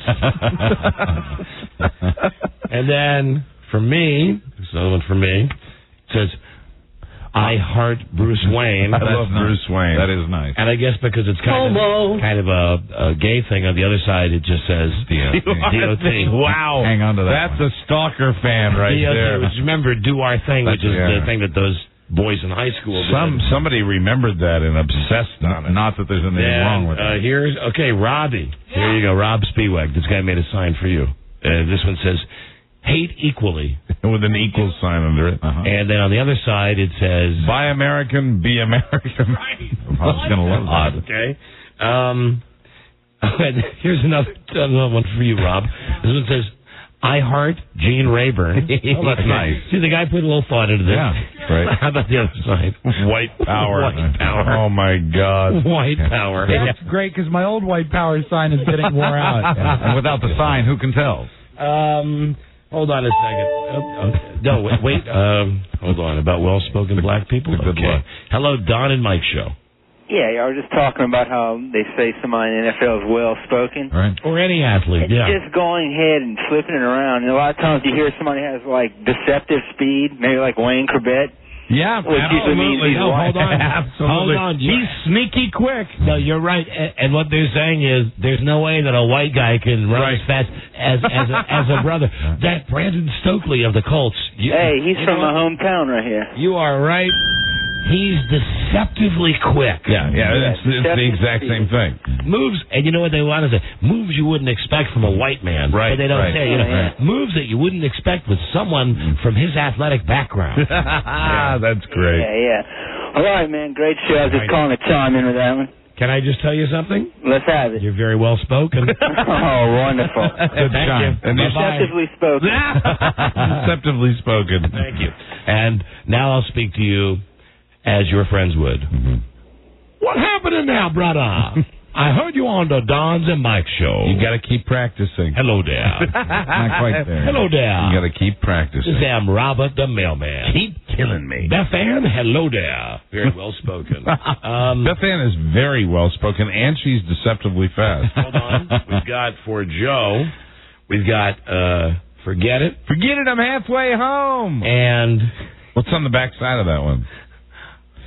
I love Schedule 3 narcotics. That's a good sign. And hold on. There's, let me see, 2 for Beth Ann. Here you go. Here's one that says, all thonged up. Hey, all right. And the other side says, petting, but only to a point. Right. Then the other Beth Ann McBride sign says, I love you both equally. Her dog and her daughter. Oh, that's nice. And then Dick.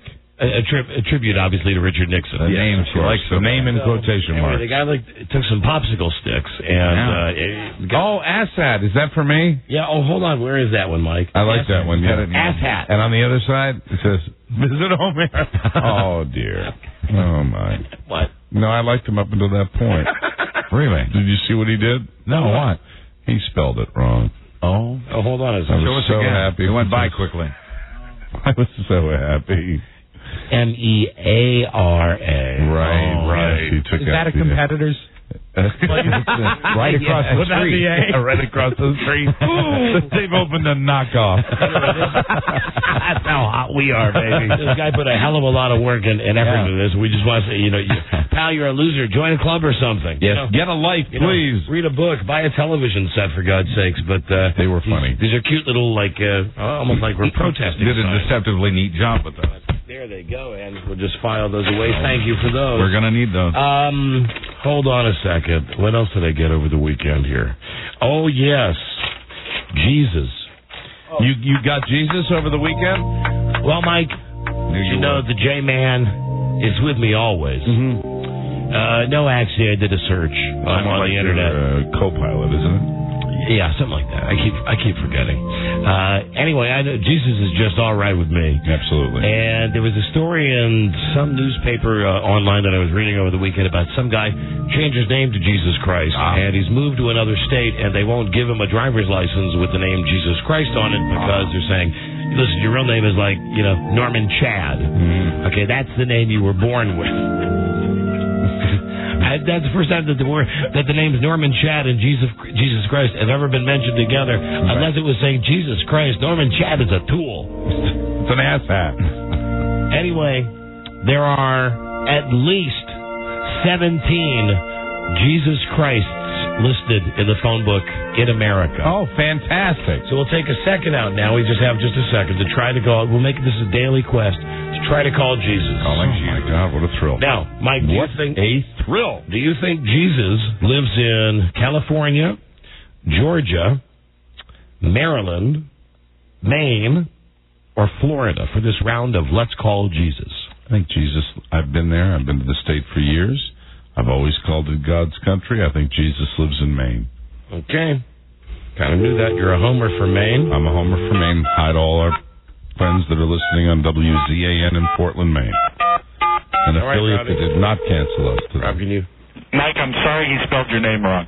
Thank you very much. I appreciate that, Rob. Mike, it's not they canceled us. They canceled the format. Yeah. And let's deal with the fact that they canceled our format in Buffalo for what is simply the latest format that's going to revolutionize radio as we know it. Jack FM. Unbelievable. It's so funny that we've been goofing on that and talking about that like over the last month, that this is the latest fad that is sweeping America. What you want to do when you have something completely original and unique with a hot talk format on an FM station, blow it up for some more stations playing music. You having any luck there? First time it didn't go through, I just redialed. And today's check on Jesus takes a long time up there. Hi, could I speak to Mr. Christ, please? Chris. It's got to be Christ. His first name is Jesus. Is Jesus there? Oh, hi. My name is Rob. I'm with CBS Radio. All right, good. Would you have a moment to come on the radio? Reassuring. All right. Every day we're going to talk to Jesus on this show. Yeah, I'll just put your voice on the radio and talk to our host. Okay, here we go. Hey, there we go. Hey, this is neat. You're right, Mike. Maine was the first one. I told you lived there. Anybody else you'd try wouldn't be home. He knew we were calling. Can you hang on a second and come on the radio with us? Okay, hang on. Oh, good. Boy, you got a winner here. She's been mailing letters to Washington. It's a she? Yes. Hello, Jesus? Yes. Is this Jesus Christ? Yes, sir, it is. Impossible. Impossible. I'm sorry. I'm sorry. You're a lady. Yes. I'm sorry. Well, now just hold on. Unacceptable, Please Mike. suspend disbelief. Yes, please explain. No, Jesus has long, flowing hair like Bo Bice. Don, what if you're wrong? Jesus has a beard like Bo Bice. I have a beard. You have a beard? Baby. Hello, ma'am. Hi. Welcome to the Don and Mike Show. I did a search over the weekend for people named Jesus Christ. How are you, Jesus? What made you do the search? Didn't God tell you? I lost Jesus' number. It's in the Ellsworth directory in Maine. Yeah, in Maine. In Maine, I yes. knew Jesus lived in Maine. Listen, were you born with the name Jesus Christ? Well, more or less, yes. I was adopted when I was 8 months old, and then 43 years ago, I discovered that my destination, for 43 years, I've made the claim that our family is the walking book of Revelations. It said Jesus would return and take a bride, and God has backed me for 43 years. Wow. Okay. Let me get to this whole apocalypse thing. Is that really going to happen, Armageddon, all that stuff, Jesus? Well, I'm not sure at what the interpretation of that is. Everybody has their own. Yeah. And I think a lot of the things that we are going through right now is part of that. I think we are in the last days. In the last day. Yeah. That's what I was looking for. Jesus Christ. How many times I've said your name, never knowing you're abroad. And residing up in this great state of Maine. Yeah. Jesus, can you explain? Here's the one question I've always wanted to ask Jesus. Right. Can you explain to me the everlasting popularity of ABC funny man Jim Belushi? Excellent question. I've never heard of the man. You created him. Oh, I did? In your image. Oh, I did. Yes, you did. Okay. Hey, let me ask you another question. How'd you get it on with Mary? I mean, what, did you use the Wizinator or something? I mean, was there a device? I mean, it's Jesus. It's the Son of God. Yes, but, Mike, okay. Joseph would have had to... Yeah, not you. Oh, I'm sorry. She got your Bible all mixed up now. But regardless, Jesus was a man. You're right. Jesus came from Mary. You're right. Jesus came from Mary. Right. Well, I was asking the wrong question, but yeah. you know where I was going was, how could that be Jesus? Jesus is a dude. I think you got Jesus mad. No, we got some old... you didn't get me mad. Jesus is still there. Oh, No, a miracle. We just I got have two-way calling. How many calls? Now, where are you guys from? Washington, D.C. How many calls do you get a day, Jesus? Huh? How many calls a day do you get, Jesus? Well, it depends. Shouldn't you have, like unlimited infinity-way calling? Shouldn't Jesus have more than just two-way calling? Not really. Do you? How's your father doing? Which one?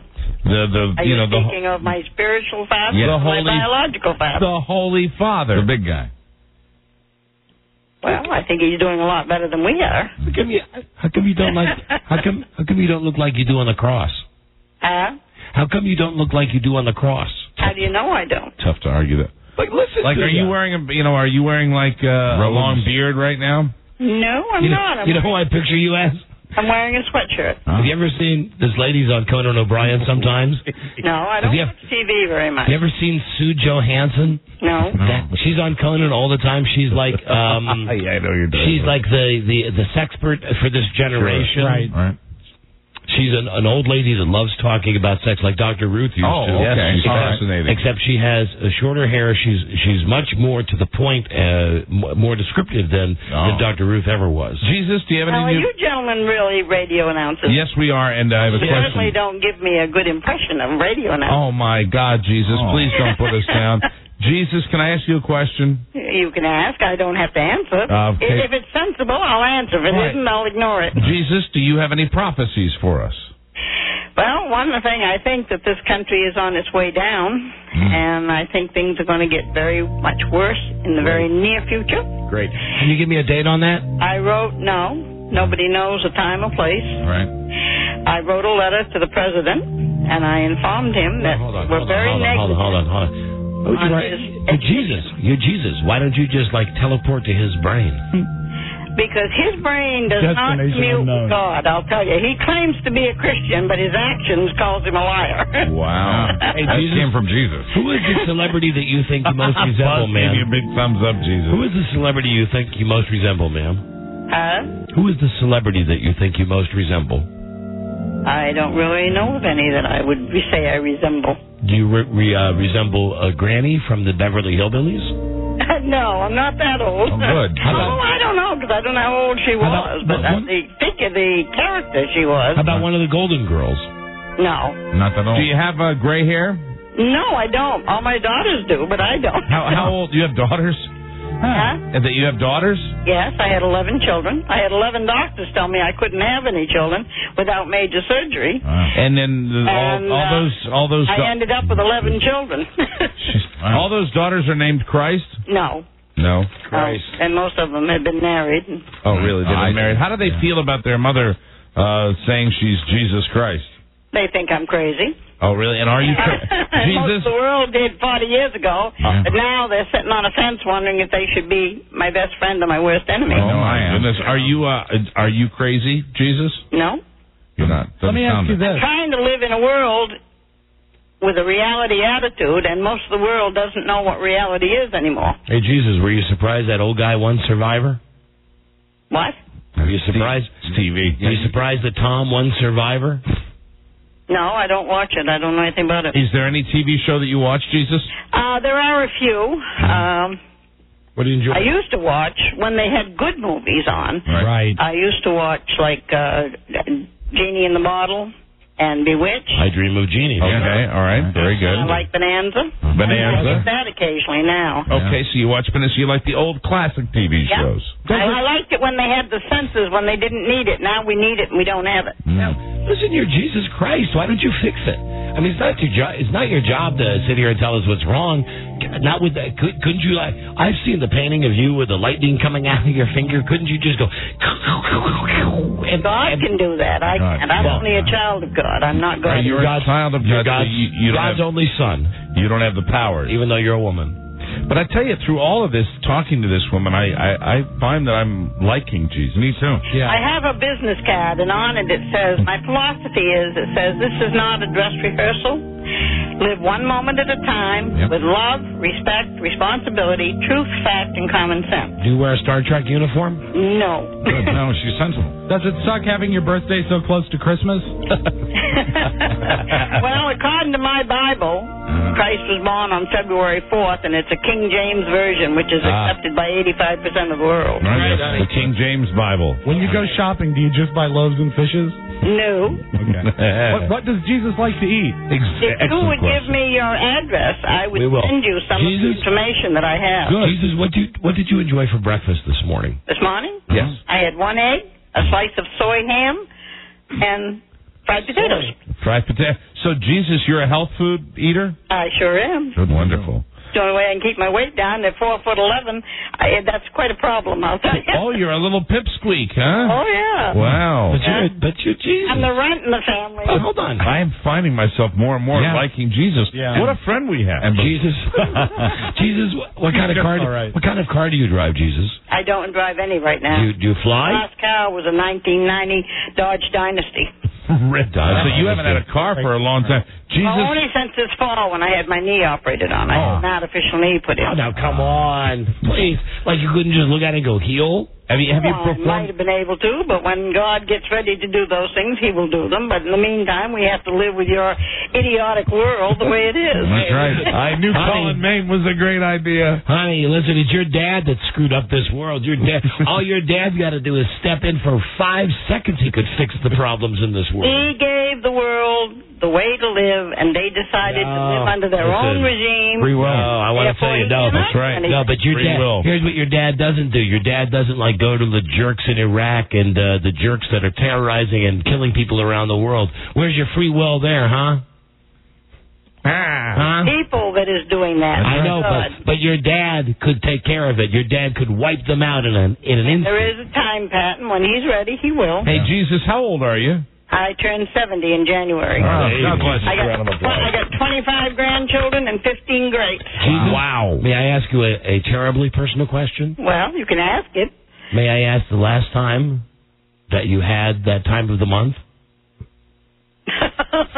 Why? I'm just curious. I'm curious if you're really Jesus. If you had the regular cycle of a regular woman, or she had kids, she had to. When I was younger, yeah. Yes. Well, I'm curious when she had her final one. Are you able to remember that? Memory's not that good. I think she said at her age, her memory's not that good. Did you see the Mel Gibson movie about you? No, I haven't seen it. Do you intend to see it, The Passion of If You? God wants me to see it and it comes up so I can, yes. Oh. Well, why? And when they say The Passion of the Christ, are you ever referred to as the Christ? No. No. Jesus' final question. Why did our station in Buffalo change format today to Jack FM? I don't know. Yeah, is there anything you could do? We lost an affiliate in Buffalo today. Is there anything you could do about that, Jesus? Could you pray on that for us? Maybe I can pray on it. Can you smite somebody? You'll get the results you want, but you might get some results. Can we pray on it right now together? Okay, here we go. Dear Jesus, please allow our show to be brought back to Buffalo. We had no reason being taken off in Buffalo, and we wish to come back. And most merciful Jesus and wonderful God, whoever made that decision, please give them a very painful and unforgettable death. Like falling off a cliff. No, you don't want to. You don't want to wish bad luck on your enemies. You want to wish good luck. No, these are not our enemies. Well, no, these are our enemies. They're our bosses, but they are. But yes. Where are you now? In Washington, in hell. D.C. You're in Washington? In hell, yes. Anyway, Jesus, to conclude this poem, whoever made it's prayer, whoever made this decision on WBUF in Buffalo. Finish your poem, JC. Probably some of your money people. I bet if you could check and get the facts, which you can. Well, I've already identified it's probably five people own everything in this country. It's corporate America. Yeah. How about? I've got a question. To get people to go away from big. Hold on, everybody. I've got a question. Do you refer to yourself as the Son of God? No, the Bride of God. The Bride of God. Hey. Sounds like a horror movie. Incest is best. Roll your own. What the hell's going on here? Well, like you have sex. In the Bible, you have sex with God? Come back and take a bride, and that's the claim I've made for 43 years. So have you had sex with God?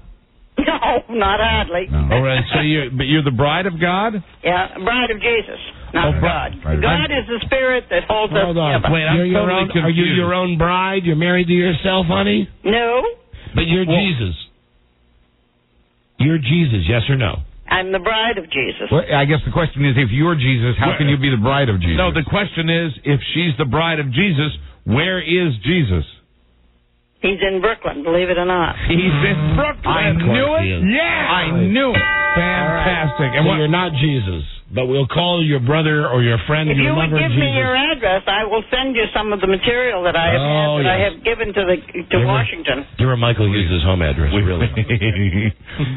We will. We will give you all the information. And can you get us the real Jesus's phone number? Not right at the moment, no. How come you didn't tell us 10 minutes ago that you're a faker Jesus? Well, this is Mrs. Jesus. I wish she'd told us that right away. Are you married to the guy in Brooklyn? Yes. You're the bride of Jesus. And is he listed as Jesus Christ? No. Our listing is here at my apartment. How long have you been married? 43 years. Is he still your husband? Oh, yes. You still live in the same house? No, he travels. Oh, he travels. Do the kids keep in touch with Dad or not at all? Do they think he's nuts, too? Well, they're undecided at this point. Yeah. As my middle daughter, Betsy Ross, said, I may not believe the way you do, but I got to give you credit for sticking to it for 43 years. 43 years you've been saying that Betsy Ross? About Jesus. I'm getting ready to make a flag. Oh, good. And it's got the lighthouse, we got one Liberty, two hearts, and the Liberty Bell. I think whenever we have, what do we refer to you as when we if you are the bride of Jesus? Well, some people call me Jesus, some call me JC. Can I call you Mrs. C? Some call me Mrs. Christ, yeah. Mrs. Christ. Mrs. Christ. Hi, Mrs. Christ. From Jesus. Well, this has just been the first in a segment of calls on our show called Let's Call Jesus. Mm-hmm. And we're glad that we got a hold of you in Blue Hill, Maine. Right. Thank you for... you live in Blue Hill? You don't want any material sent to you? Yes. Oh, yes. Yes. Please hold on, please. Hold on. You're going to talk to. Well, we run a youth outreach ministry here on the show, and you're going to talk to a girl who we just took off the streets just a couple of weeks ago. She's had a life of nothing but prostitution, but she's turning it around now. Her name is Beth Ann McBride. She's a good girl. She's been with thousands of men, but she tells us she's ready to turn over a new leaf. I'm sure you'll enjoy speaking with her. And thank you, Mrs. Christ. And don't worry, whatever she's got, you can't catch it down the telephone. Mrs. Christ? Yeah, I mean him. Thank you so much. You can't get rid of me that easy. Thank you so much for being with us. People have tried, believe me. Right. Okay, Jesus. Enjoy your supper. 70. Hope it's not her last. Last supper. Yeah. Thanks. Hold on, Jay. Jay. There you go. That's terrific. And okay, well. Boy, when I go on my little summer vacation, you know where that town is? Yes, I do. I know that town well. That's very close to, Is that a small town? It's a very small town. Do you think she has a lot of cats? She does. I bet you can't even get through the front yard without stepping on one. Rob, they're called disciples. I will continue this on tomorrow's show as we try to get closer to Christ. Wow. Maybe we'll call her husband, or we'll call another one of the guys. He's in Brooklyn. There is a Jesus Christ in Atlanta as well. Yeah, but there's only one Mrs. Christ, and we got her today. There's one. All right, thank you. JC will be right back. This is the Don and Mike Show. Tonight, this is the Don and Mike Show. Here's a story about the wackiest, sexiest, fun-filled place to take your girl. The Groove Room. A place where lights flash, machines spark, and the people get more turned on than the electricity. Yeah. The Groove Room. Somebody just had to invent a place like this. And have some fun in The Groove Room. The Groove Room. Rated X for adults. From Independent International. The Don and Mike Show. You can call Don and Mike anytime from anywhere in America. 877-365-3636. They're ready to believe you. Had it up there here with the likes of you people. Here to shepherd you through your afternoon, Don Geronimo and Mike O'Mara. Right. www.donandmikewebsite.com. Official website for our show, and every day in the month of May, giving away a trip to Las Vegas, courtesy of FlyEye.com. And what happens in Vegas stays, Independence Air Vegas.com. Don't forget the happy bags when you fly Independence Air.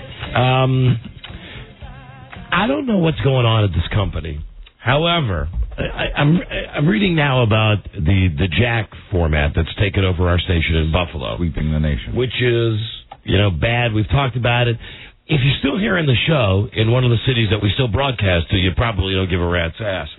But I just think it's interesting the way that the company still is so afraid of Howard Stern that, of course, the station in Buffalo has changed to Jack, right? Except for Stern's show.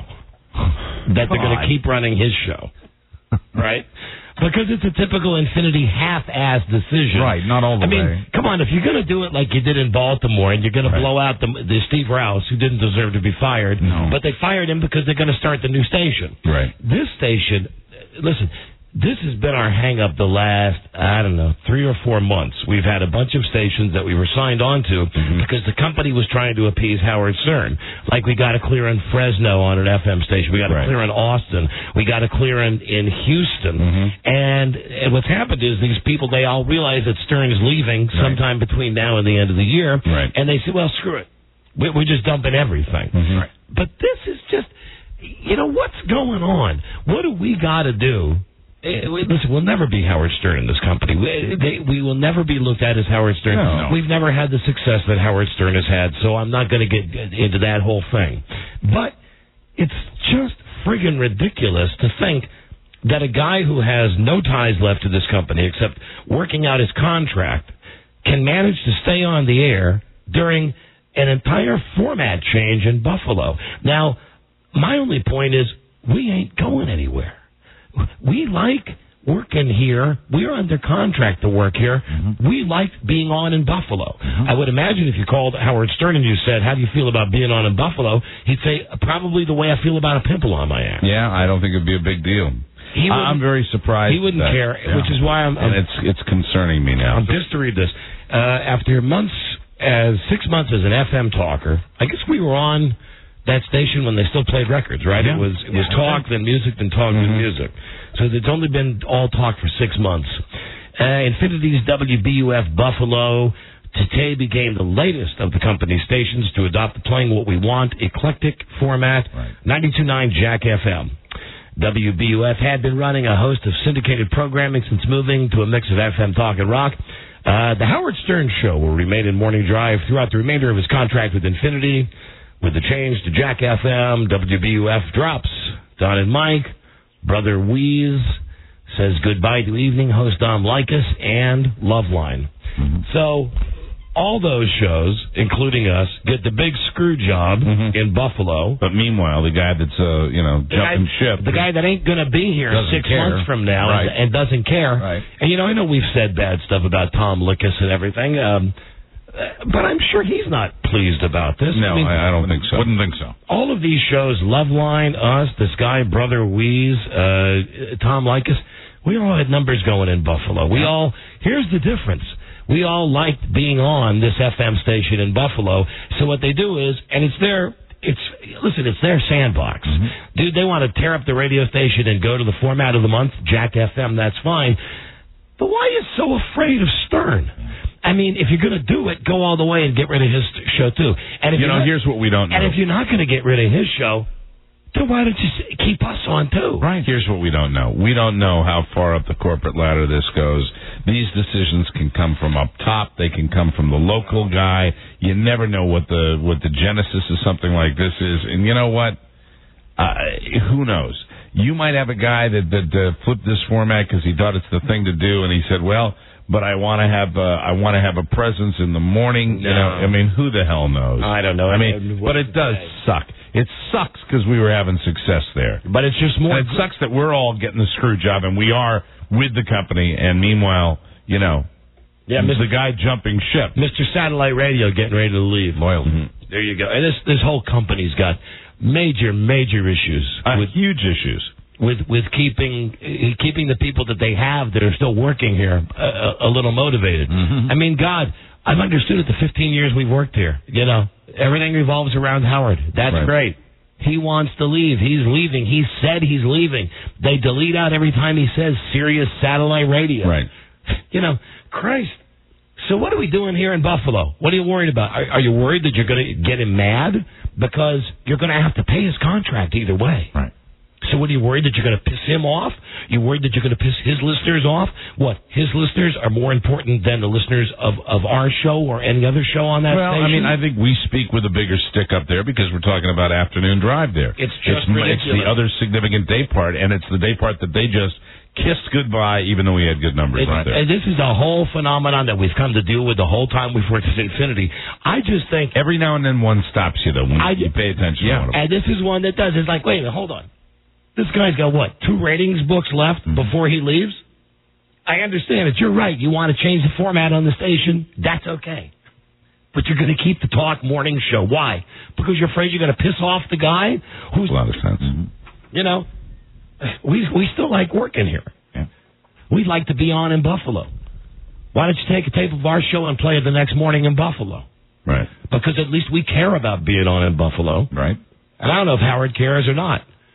I'd like to know the deal you got to get when you spend a year on the radio saying how you hate your boss, and then you assign a job to go work at another place, and you spend a year talking about it, and the company that you're leaving, in essence, it's like you're married to one woman, and you say to her, I found somebody who's so much better than you, looks better than you, screws better than you, loves me. I can't wait to leave your ass. And then she says, I'm going to make you the best dinner you've ever had. Right? That's exactly good comparison. It doesn't make a lot of sense. No, it doesn't. It really, really doesn't. I mean, I know I'm splitting hairs here. No, you're not. And the bottom line is, and we have to tell our listeners this too, does it affect us personally? No, it doesn't. It really doesn't. Not the way things are set up now. But the fact is, it affects us emotionally, and it does because we had a good thing going up there. That was an affiliate that we liked the feedback we got. We liked being on there. It was a big radio station, and they did shoot us all over the area up there in upstate New York. And it also, shot into Canada, and we had those goofy Canadian listeners that called our stupid friggin' company. It just doesn't make sense. Nothing. But does anything make sense here? No, nothing. I mean, really? Nothing makes sense. Is anything logical? No. And is there any communication? No. You were asking how far up the corporate ladder. I'm guessing halfway because that's how we do things. Halfway. Yeah, you're probably right. Halfway. I mean, all right. So we're gonna blow up this whole station, but we're gonna keep Howard just till the end of the year. Makes sense. Because we don't want to piss him off. No. Because who knows? And really, who knows what the mindset was? Maybe that was a directive from corporate. I think it's crazy enough in this environment that might have happened. All right, but then why is it a directive from corporate? Why are they worried about the guy that's leaving? That's a great question. Why is the guy that's leaving? It's a mystery to me. There's a lot of things in this company that are just backwards, upside down, can't make sense, heads or tails of them. Mm-hmm. Really, and it's not even as far away as Buffalo. Well, it's as close as right here in River City. Mm-hmm. How about this station? How about what's going on here? Oh, absolutely. How about what's going on here? No communication, no idea that the people that are here what the future holds. This station, on the other hand, has no problem chopping off Stern's show at 9:45. Right. So the junkies can start at 10. Mm-hmm. So there I'm getting a mixed message. Because on one hand, the company says, well, we got to do what we got to do. We're going to cut your show off. On the other hand, in Buffalo, they say, well, we're starting a whole new format, but we got to keep the guy that's going to be leaving in a couple of months. Right. Right? It is so confusing. It just, I don't get it.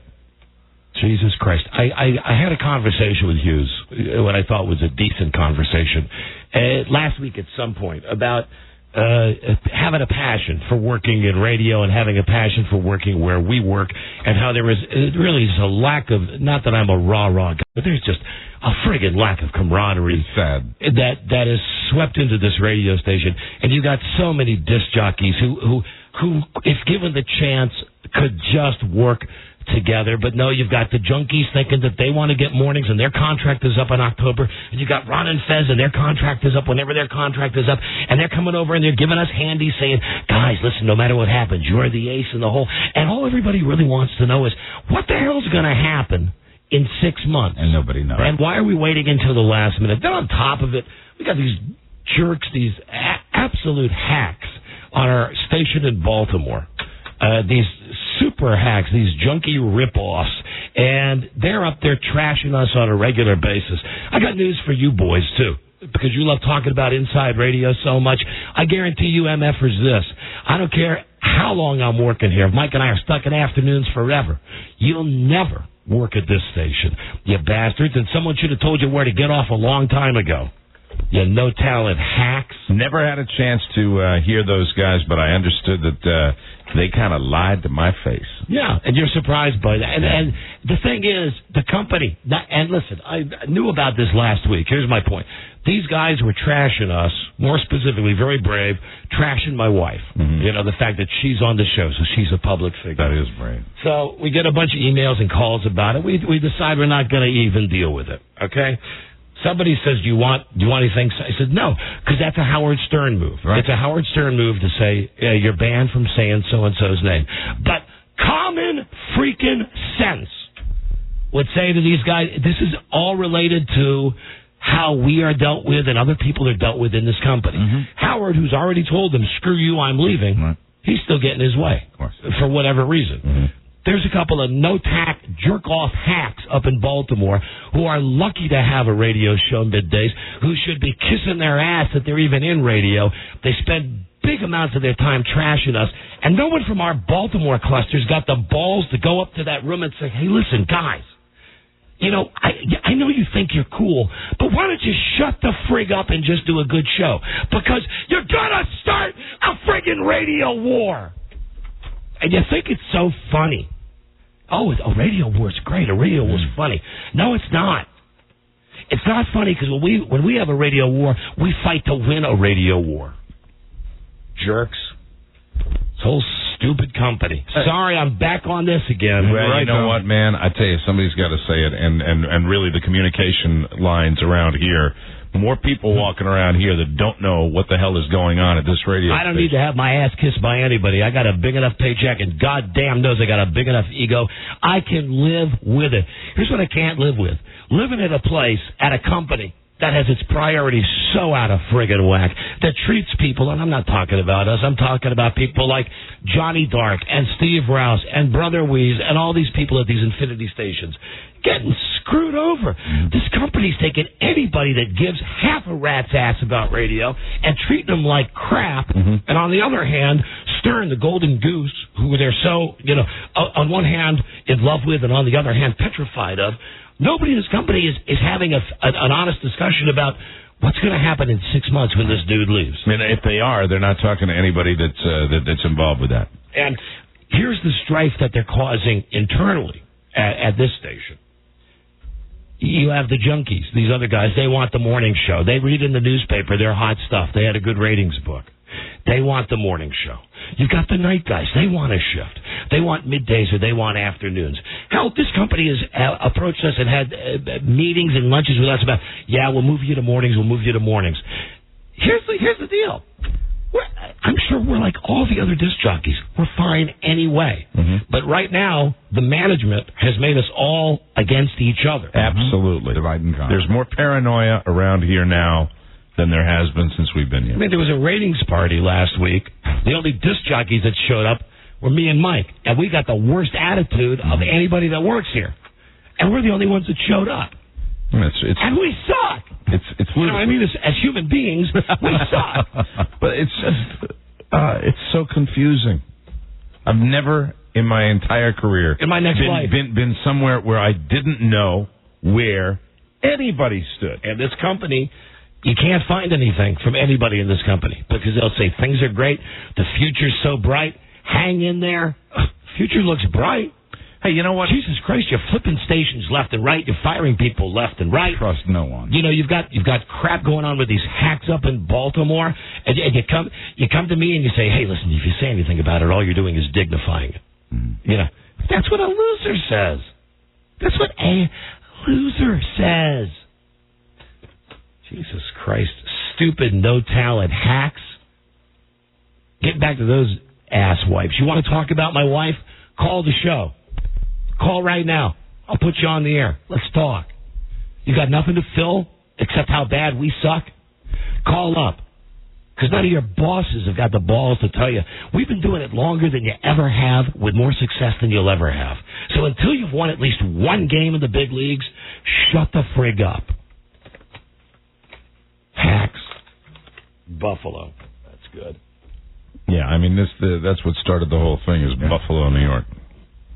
A radio station where we had success, where there were other shows that had success. Those shows out the door. Right.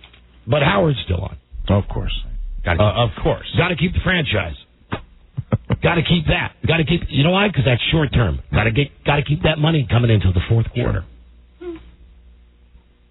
You know that's true. You know that's true. I know. God damn, you know it's true. And then every penny. Then even it would be a real good idea for management at this radio station and in this company to communicate with people. There is an atmosphere of secrecy that exists here now where people don't know where they stand. That is tearing the house Why would that down. be, Mike? The company's only changed 17 formats in the last 2 business weeks and given all of those staffs around the country no information at all about what's happening. We are technically in the communications business, but they put communications in quotation marks, just to let you know they don't really have to communicate. Just to the letter of the law. Have you ever seen a place where people felt more uneasy than they do right now? No, and a lot at every level. And the reason, Excel FM. The reason that I reference Stern is a lot of people around this station are feeling uneasy because they don't know what's going to happen when he leaves. It's like if you're running a football team and Tom Brady is going to go to another team. Do you think you would go to the Patriots and say, well, listen, one of you guys is going to be the quarterback. We're not really sure. You know what? We'll worry about it the day before the first game. Or you're going to bring in another quarterback. Yeah. Right. You know what? And you said it too. We don't care. Just make a decision. Right. Let people know what the future holds. Because it makes things uncomfortable around here. It's more Sure just as hell does. it's more of the half-assed, hands-off. We won't do anything. We'll just react and see what happens. Management style around here that just kiss my ass. Seriously. Jesus. Thank God we had Jesus on. Oh, that's going to do well for us. Hello, Don and Mike. Speaking to Mrs. Christ. Hello. Pay off. Hey, Don. Yeah, Don and Mike. Hi. I wanted to set the record straight about the guys up in Baltimore. Please don't. Please don't set any record straight. I've heard at MP3. Well, they have always said nice things. BS. How about, listen, I could get incredibly petty with you, but I won't. Okay. I'll give you a couple of examples. If you want, I'll bring in the MP3. Mike O'Mara's impressions suck. They all sound the same. Don the time. How about all the throwaway, love you, Frida, love you, Bart. Don, that wasn't them. That was a guest. Right. That was, hold on, ass. That was a comedian. Now we're going to get into another entire area of this, but I'd be glad to. There was a comedian who's on the Opie and Anthony show, and they're more hacks who used to work at this company. Here's the thing. Those no talents in Baltimore have done this for a long time before they had this comedian on. And anytime you got anybody on your show that's saying something that's not cool, you say, hey, knock it off. Otherwise, you agree with them. Well, I've been a listener from the beginning of that show. No. And I've never, ever heard them say anything but good things about you. Then I guess tomorrow I'll bring in the MP3, and then you'll be proven a liar. Okay. Okay? I'm injecting. You're goddamn right you are. Yeah, let's consider the source. Please inject. You're goddamn right you are. Anyway, those guys that's a separate issue, the guys in Baltimore. Hello, Don and Mike show. And they're playing that game, right, too. They're playing the game, hey, we what's going on? We don't say anything bad about you. Right. They kind of Right. Well, it's radio, boys. Hello. It doesn't work that way. Hey. Hey, good rant, Don. Well, I got a question for you, Mike. what? How about a pony update? A pony? Like Hershey? Like your pony. I haven't heard anything about the pony in months. All right, I've been bad. I haven't been paying attention to the pony. I do talk to the pony, the other guy that I own the pony with that has the farm. He says the pony is looking great and the pony is very healthy. Oh, well, that's good to hear. That's good. I should take the kids out to see the pony. There you go. I will take them out to see the pony. I'm not a bad father, okay? Hold on. Who said you're a bad father? I did. Hold on. Wait a minute. Right. Let me see if I could even pull this thing up right now. Some of this audio. Hold on. Hershey has a small role in Flicka. The dedication. Okay. Hold on a second. That's right. Old. Oh, here we go. No, you know what? I can't get. Damn it! I can't get audio through this computer. There you go. Though this is from. Thank God we got a website. I only got like 8,000 of these. This was sent on Friday. Hi, Don and Mike, or whoever is reading this. Please enjoy the following MP3 recorded today on Live 105. Want to know how you feel about Big O and Dukes making negative comments about you, particularly Mike's impressions, saying he sucks, and your show in general, then permitting a comedian to bust on you guys and Frida ad nauseum. It's not the first time. It would be an unfortunate event, blah, blah, if the radio gods decided to lose the faithful light, blah, blah, blah. Thank you. Have a wonderful evening. You know, we only got like 50 emails at our website about those creeps. You know, the thing I'm guilty of is really not paying that much attention to people like this. Hold on, Beth Ann. I was going to say, I met these guys when the Junkies first came to work here, and they did a meet and greet out at my restaurant, and I think I met these guys, but I have no idea. And because these were the guys, apparently, they were, and now they're pulling this, so I don't know what kind of game they're playing. A day last week when we took the high road. Let me talk to Joe about how many calls we got about that. Sure, hold on a second. Joe. Hello? Hey, that day those idiots in Baltimore were doing, how many calls? Oh, we get calls every week, you know. About them. Yeah. What does the average, little brain have to say? Exactly what you're saying, which is they make fun of Frida and they make fun of you guys, and then you have people sticking up for them, I don't even know why they would bother. So what is the game going on here? Because every time we bring it up, the game is that you get a guy calling like that that's saying, hey, they really like you guys. What is that? Is that a plant or what? No, they do it that two-face, that hey, those guys are great. And I know what those guys want. Those guys desperately want to work at this station. Right. Ain't going to happen. Ain't gonna happen. Okay? Ain't gonna happen. You know, and it's the same attitude that's always been there when that happens in this company. Right. Because there ain't nobody minding the store. Right. Mm-hmm. Hello, Don and Mike. Don and Mike. Yeah, hi. Love you guys. Thanks. I've listened to you for a long time. Thanks. Hey, you guys have nothing to worry about. Once Howard leaves, you guys are going to come out on top. Listen, here's the thing. You're right. Although we're fine either way, as Mike indicated. It's just a level of uncertainty at this radio station and other Infinity stations. That's ridiculous. And then it's compounded by something like this up in Baltimore. Hello. It's just, it's an irritation. Tension instead of camaraderie. Don and Mike, hello. Yeah, guys, how you doing today? I love you guys. I just want to say that I have heard the Big O and Duke show, and they call you schlubs all the time. They say stupid things. And that no talent Dukes, he used to be a stalker that used to follow around, and he used to stalk the sports junkies way back in the day. Well, no, I understand that their show is like an imitation of the junkies. That's fine. Imitation's the most sincerest form of flattery. Mm-hmm. But really, dudes, you got anything to say to me or to Mike about my wife or about Mike's ability? Be a man. Mm-hmm. Call the show. Don't be a two-faced coward going out to Mike's restaurant, kissing his ass. If it was those guys. I mean, I really was I thought that I met those guys, and I remember I came to you and said that. These are guys, and you said, hey, well, I've heard that they do this, and man, now that I hear it's true, that pisses me off. But listen, they are nothing on the food chain. No, but don't walk up to me. Seriously, and if these guys are listening, don't walk up to me in my own joint and pretend if you're going to sit there in the next and be that two-faced where you come on and you're trashing us on your radio show. I'd trash you, but I've never had the pleasure of listening to one syllable. Oh, you will tomorrow. Mm-hmm. We'll have the tapes tomorrow. These jerks. Losers. Idiots. You want to give them our cume? Wannabe. You want to give them our listeners? See, this is what Hughes said to me. Mm-hmm. You know, why do you... Well, no, I mean, I don't mind talking about them, but I don't think we should play their tape on the show. I think you got to hear it. I mean, it'll piss you off. Mm-hmm. It's like we've been attacked before, but at least we've been attacked by guys who have some talent. Mm-hmm. Yeah, absolutely. Hello. Hey, Don, Mike, love the show, man. Thanks.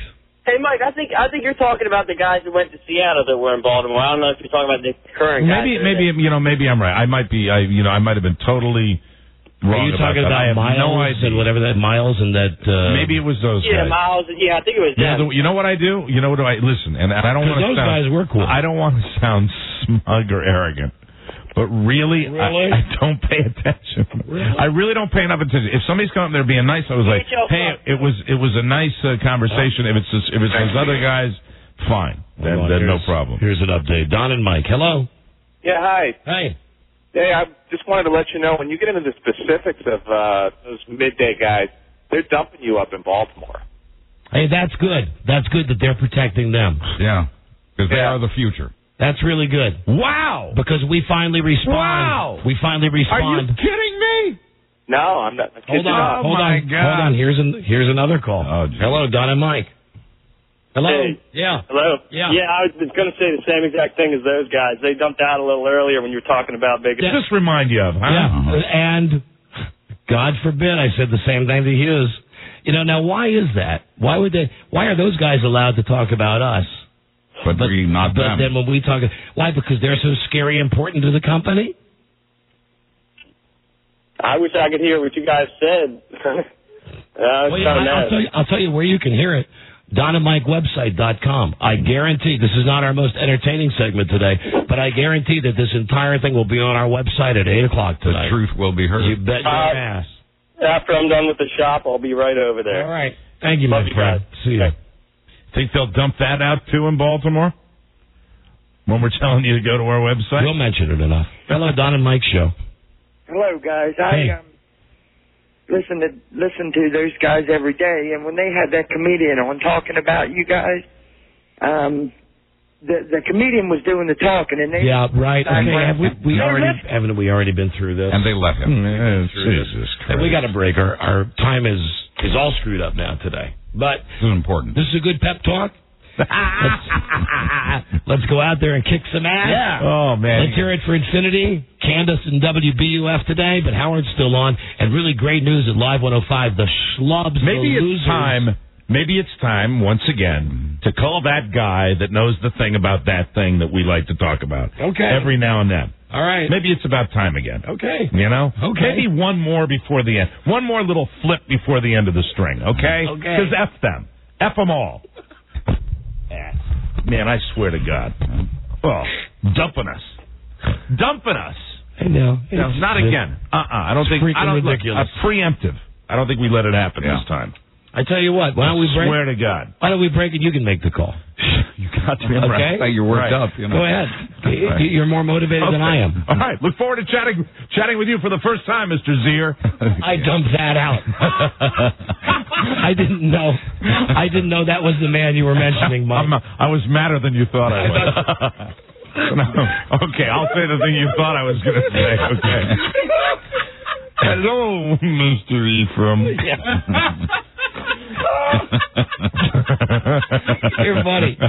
Now that'll be good on an outtake album. That's really good. Yeah. But Mike had to be deleted for saying a name. Wow. For saying a name of someone who works in the radio business at another company. That ain't our rap, Mike. Okay. We're here, we're queer. Yeah. And we're way late. Okay. We'll be right back.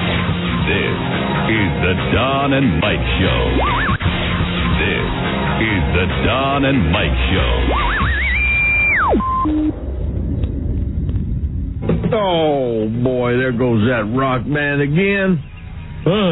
That's not rock. It's okay if you only know 3 chords, but God, put them in the right order. That noise has been giving Nancy headaches all week. Then yesterday, her back broke out in scratch marks. Well, I'll go over and straighten them out. The Don and Mike Show. Pleased to be enjoying the Don and Mike Show. Hey, listen, if you go to DonandMikeWebsite.com, you're not going to probably follow this. We haven't had time to talk about it, but there's a couple of pictures up there. You should see. One of them is of Paris Hilton. Nice picture. She's doing an ad for Carl's Jr. Oh. Out in California. It's on our website right now at DonandMikeWebsite.com. Look at that. Doesn't that make you want to... She looks better than ever in that, doesn't she? Eat a nice big burger. I kind of like the way that one part of the bathing suit doesn't fit that well. Yeah. And also, we got a picture up there today on the website of Lindsay Lohan, who swears that she's not like Ally McBeal losing weight. Right. Take a look at that. That's scary. That's scary, yeah. It looks like... she's heading down to... who's that chick that used to date Jack Nicholson? Laura Flynn Boyle. Laura Flynn Boyle. She's heading into that territory. Right. And Laura Flynn Boyle now has gained weight back. Some of the back, it probably looks better. Well, that's relative. Yeah. Her getting weight back is relative. True. She still is way, way skinny. Yeah. As a matter of fact, in one of, I think it was the New York Daily News, Lindsay Lohan says, "I'm just losing my baby fat. In fact, according to many people, I'm still a little overweight." Mm-hmm. Yeah. You know what, though? That's my goal weight right there. Good for you, Mike. Absolutely. Go for it. My goal is that burger that Paris Hilton told me. That's all I got. Don and Mike Show. Hello. Hello. Yes, hi, you're on the air. Hello? Hey, man. I heard all that mess them guys was talking last week. I listen there every day. Yeah. Listen, those guys have had their 5 minutes on our show, and here's all we've got to say. You want a radio war, boys? I don't think you know what one is really like.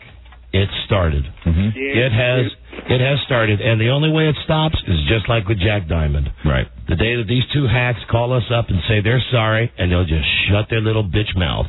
Absolutely. He sat up here, that's HFS. They changed over to HFS. And listen, Live 105, I'm not even listening to this guy. Live 105 in Baltimore? Seriously. Don't be dumping out what we say. We're not saying anything except what's happened on your radio station. If anything, I would have appreciated the same courtesy last week. But there was no need to show that last week, was there? But now there is. Mm-hmm. Yeah, and what are you going to come and say to when it gets to the higher ups? Are you going to say, well, you don't want to trash a show that's part of the same company. You don't want to do that. Not a show that's on the same station. Yeah. Hey, how about that? Yeah, sell that. Yeah. Good luck. Sell that policy where you did it to us. Jerks. Jerks. Just wait. It's been a long time since we've had a radio fight. We're going to do our best to make this our most entertaining battle. Amen. Our most bloody battle and our most spectacular battle. Very good. It's been a long time. And the two-faced nature of this is the real reason for Bring it on. Right? Bring it on. Got to find out a little bit about you boys. Absolutely. Besides the fact that you like saying everything that the junkies say. Right. Besides that you like saying it's money or hurting. Oh, is that what they do? Yeah. Got to find out a little bit more about these boys, about that scary talent they got to open their big mouths. Yap about us, about how bad we suck. Mm-hmm. Oh, yeah? Well, as soon as me and Mike find out about you, I promise we'll talk about how bad you suck. Because unlike you knowing everything about us, we don't know anything about you. We will. So we're going to have to do a little research. Find out the truth. And I do mean little research. Just a tiny bit of research. Just enough. Well, I know they're both midgets, right? Hello, Don and Mike Show. Hello. I mean, I'm serious. They are little guys. Hello. They prefer to be called dwarves. Hi there. Dwarves. You're on the air. Little people. I just wanted to make a comment about Live 105.7 in Baltimore. Mm-hmm. It was good. Okay, when they had Stern and this Miles and Steve and you guys and Ron and Fez, it's good. But all they've done now is just turn into HFS, which didn't have any ratings in the first place. Oh, but listen, let's be honest. That move has worked out for them. HFS at night has done great in the ratings on Live 105. Mm-hmm. It's frustrating that it's only you and Stern left, and when Stern goes, it'll just be you guys, and I'll have to move to Virginia. Yeah, maybe. Welcome. The way it's looking, we're only going to have one station left. Mm-hmm. Plenty of room here. Be this station. That is, unless Howard decides to stay after he goes to satellite. Mm-hmm. unless they decide it would piss him off too much to really take his show off once he's going to another company. Once he's quit and moved somewhere else. You know, I bet. How much you want to bet that that's part of their contingency plan? That there are guys in the room going, well, we do have the tapes. Yeah. He has worked there for 15 years. Who'd know? We could have the best of. We still own that product. Yes, it wouldn't be fresh, but my goodness, we could sustain that for 365 days. Cheap. Hello, Don and Mike Show. Hey, guys. Just calling to let you know, man. Don't even sweat them guys in Baltimore. They tried to be Steve and Montgomery and Thrill in them when they left. And that's disrespectful what the station did to you. I remember when they're trying to be something they're not. They want to play in the world of the big boys with shock jocks. Boys, the thing you got is saying my wife's a bitch. You want to talk about my wife? That's the best you can do? Well, it's what's necessary, if that's the case, is to, just find out. Find out more than we've ever found out before. Mm-hmm. You bet. Hello, Don and Mike Show. And urge some of our listeners to call those guys. Absolutely. Call them up. Yeah. But you got to do it real sneaky. Like, don't call up and say, hey, you suck. You know what to do. Call up and say, hey, you guys are great. Yeah. Hello. Hey, how are you guys? Don and Mike, how are you? We're okay. Good. These guys, Big O and Duke, they suck. I think it's Oscar, the one they call Big O. His brother's like a freaking cosmetic surgeon, tours the world. The rest of his family's successful. His dad's like okay, don't need a bio. Not the kind of information. Call us in the office, sir. Don't need the bio on them. And incidentally, I'd be curious to know, are we getting dumped in Baltimore while all this is going on? Yeah, that's our big complaint right now. Mm-hmm. Oh, gosh, it's been so long since we've just been petty for almost an entire show. Absolutely. It's fun to be petty, especially when they're dumping us. Don and Mike Show. Don and Mike. Yeah. They are dumping you guys. You hear the delays. They're doing it real carefully. But I hope you bury these guys. My daughter called in and commented on the local band. They didn't like what she had to say. They called her all kinds of names off the air. I just hope you put these... off the air? Off the air. They couldn't have said it on the air what they called her. We can't condone that. We've done it. But we can't condone it. Hey, and thank you, Rob. Hey, here's good news. They're running that show on this station. Yeah, just on the weekend. On Saturday night. Oh, really? That's good. When did that start? I guess when? I don't know. And there it is again. Uh-huh. And there's this radio station again. There isn't one person here in any area of programming that knows what's going on or when it's going on. Right. Okay, bottom line, we're going to drop this and get back to Buzz. Here's the deal. We got screwed in Buffalo. We're okay with that. I mean, we're not okay with it, but they changed the station. It's disappointing. I feel bad for the people in Buffalo. It's incredibly hard to explain how they could blow up an entire radio station or a talk format to go to this Jack We Play Anything format and still keep Howard because they're afraid of Howard. That was point number one. Point number two is this place is a disgrace the way it's being run, WJFK. There's no management. There's no leadership. If you had any balls, someone would have called me up during the last break and told me to shut the hell up, but you don't. No. You just sit out there and you listen to it. Number three, there are two no talents on a station in Baltimore that on a regular basis have said we suck. They can say what they say. We can say what we say. We happen to be in afternoon drive. They happen to be in middays. See how that works. They want a war. They got a war. Live 105 in Baltimore. You keep dumping out on our show. The next call you're going to get is from Elliot Ephraim at Ephraim and Associates. They're lawyers. Plain and simple. Yeah. It sounds like they got a buddy up there who's hitting the dump button. You can dump out if we say S or F or MF, but you can't dump out of our contract. It says you can't dump out if we're saying you have disc jockeys on who are running our show down and they're allowed to do it, and when we respond, you dump out what we say. We're going to find out exactly what the deal is with that, too. You bet your ass. Who's hitting that dump button? Who's in control? Who's in control up there at Live 105? Same person that flipped QSR? Brilliant move. Same person? Who is it? We'll find out. Obviously, and true to form, nobody's called us here, so we're not getting any insight on it. No, but I know when they'll call tonight as soon as 24 is on.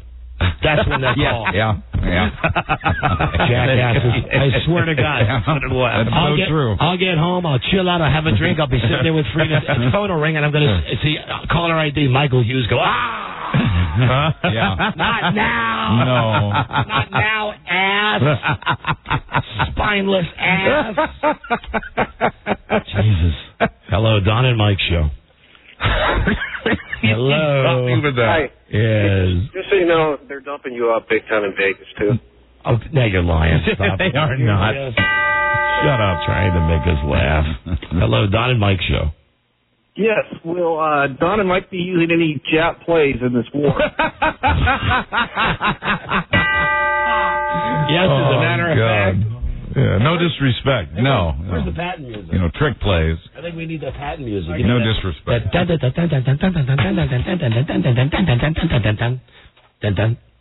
Hello there, Don and Mike Show. Hey, Don and Mike, it's Jay in Baltimore. Listen, Hi, Jay. I don't know who's yanking your chain, but 105.7 has not been dumping you at all. Oh. I've been listening since you had Mrs. Christ on nonstop. Well, then why would we get 8,000 calls from people saying that they've been dumping? Do you know what it sounds like when you get dumped? Well, it sounds like a delay, right? No, no, it does not. It is done digitally. It sounds like you've got. What it sounds like is a bad edit on a piece of tape. And you hear somebody go, "Well, I was over there." It gets stuttery. Somebody's calling on the inside line now. Hello. Hey, I got a call. They're not dumping in Baltimore.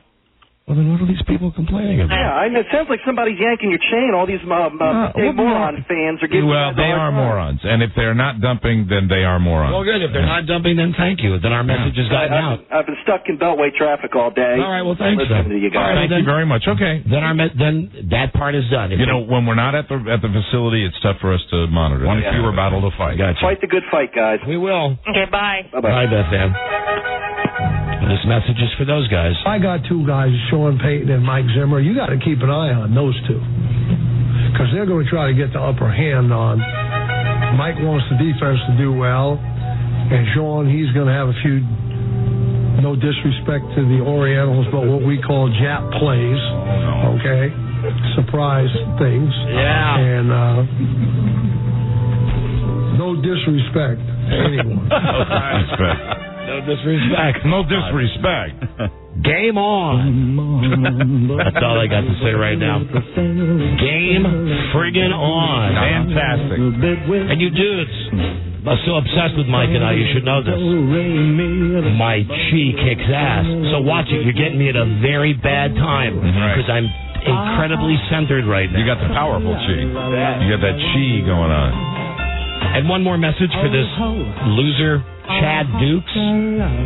Yeah, keep posting on message boards using my picture as your avatar. Yeah, very good move. That's good. Keep doing that, because that doesn't piss me off. That doesn't piss me off at all. No, not at all. Keep doing that. And keep going to appearances and handing out stickers for satellite radio. That's good. What the hell is that about? Why don't you promote that a little bit? Wow, that's interesting. Yeah. Oh, he likes having it both ways, this guy, Chad. Yeah. Well, he's a two-faced SOB. I think he's proven that. He certainly proved He that likes to me. having it both ways. He may need the gig. He likes talking the big game on his radio show. Then he likes going and listening to the skateboarders and telling them how much he loves them. Then he likes having the comedian on the show that's going to talk bad about Frida. Then he likes going back on the O&A message board to write how he's going to be at the show handing out the XM stickers. Right. That's real good. That's real smart. Yeah. That's real professional. Well, the one good thing, if it's true, I'm glad they're not dumping any of this out up in Baltimore. Right. Very good. And as soon as I find out who you are, watch it, pal. I mean that. As soon as we do our research, Don, I promise you, I will put the same kind of research into these guys that I put into every other guy ever there. I'm going to find a picture of you, and I'm going to start posting stuff, some crazy stuff, and I'm going to put your picture there to indicate that I hate you, so everybody, or even better, I got a real website. We got the DonandMikeWebsite.com. Maybe I'll just put your big fat face right on front of there. Right, this boy is a KT. Wow. Yeah, what do you think of that? It's on the World Wide Web. No one can do anything. It's unregulated. Ooh, it's Dodge City. Yeah, can't control it. Chad Dukes, KT. How about that? How you like that? Is he the catalyst in this little duo? I believe so. Is he the trouble man? I believe so. Is he the two-faced guy? He's the guy that causes all the crap? I believe so. All right. Again, don't know enough about him. We'll find out. I just know that enough stuff has been passed along to me that this is the guy with the big hard thing that's really got it bad for us. Okay. So. All right, good. And, for me, maybe a little more than you, although, you're an equal opportunity. Well, if they pulled that thing in the place on me, the thing they did with the thing. Okay. So we got a radio war going. That's good. We're ready. I bet we win. I think so, too. I bet we win, and I bet I don't have to be like Bush and stand on a boat when it's not really winning and go, mission complete. I don't know, it seems to work. Yeah, it'll be done by the end of the week. Okay. Buzz? Yes. Oh, Buzz. Hi. In a world where owning a radio was strictly forbidden, one man found a way to bring good news to his people. What time it is? That's me. He made it up. What time it is? You're fighting tomato cans, Rock. It's like the old days. Yeah. God, we got like 3 minutes of show left. Stay tuned for news and comment coming up on the Don and Mike Show. We've got to move ahead. What's your lead story? Today, how a story in Newsweek started riots and flag Good, burning. professional. Thank you. This is the Don and Mike Show. This is the Don and Mike Show. What's the word from Planet Crackpot? The Don and Mike Show.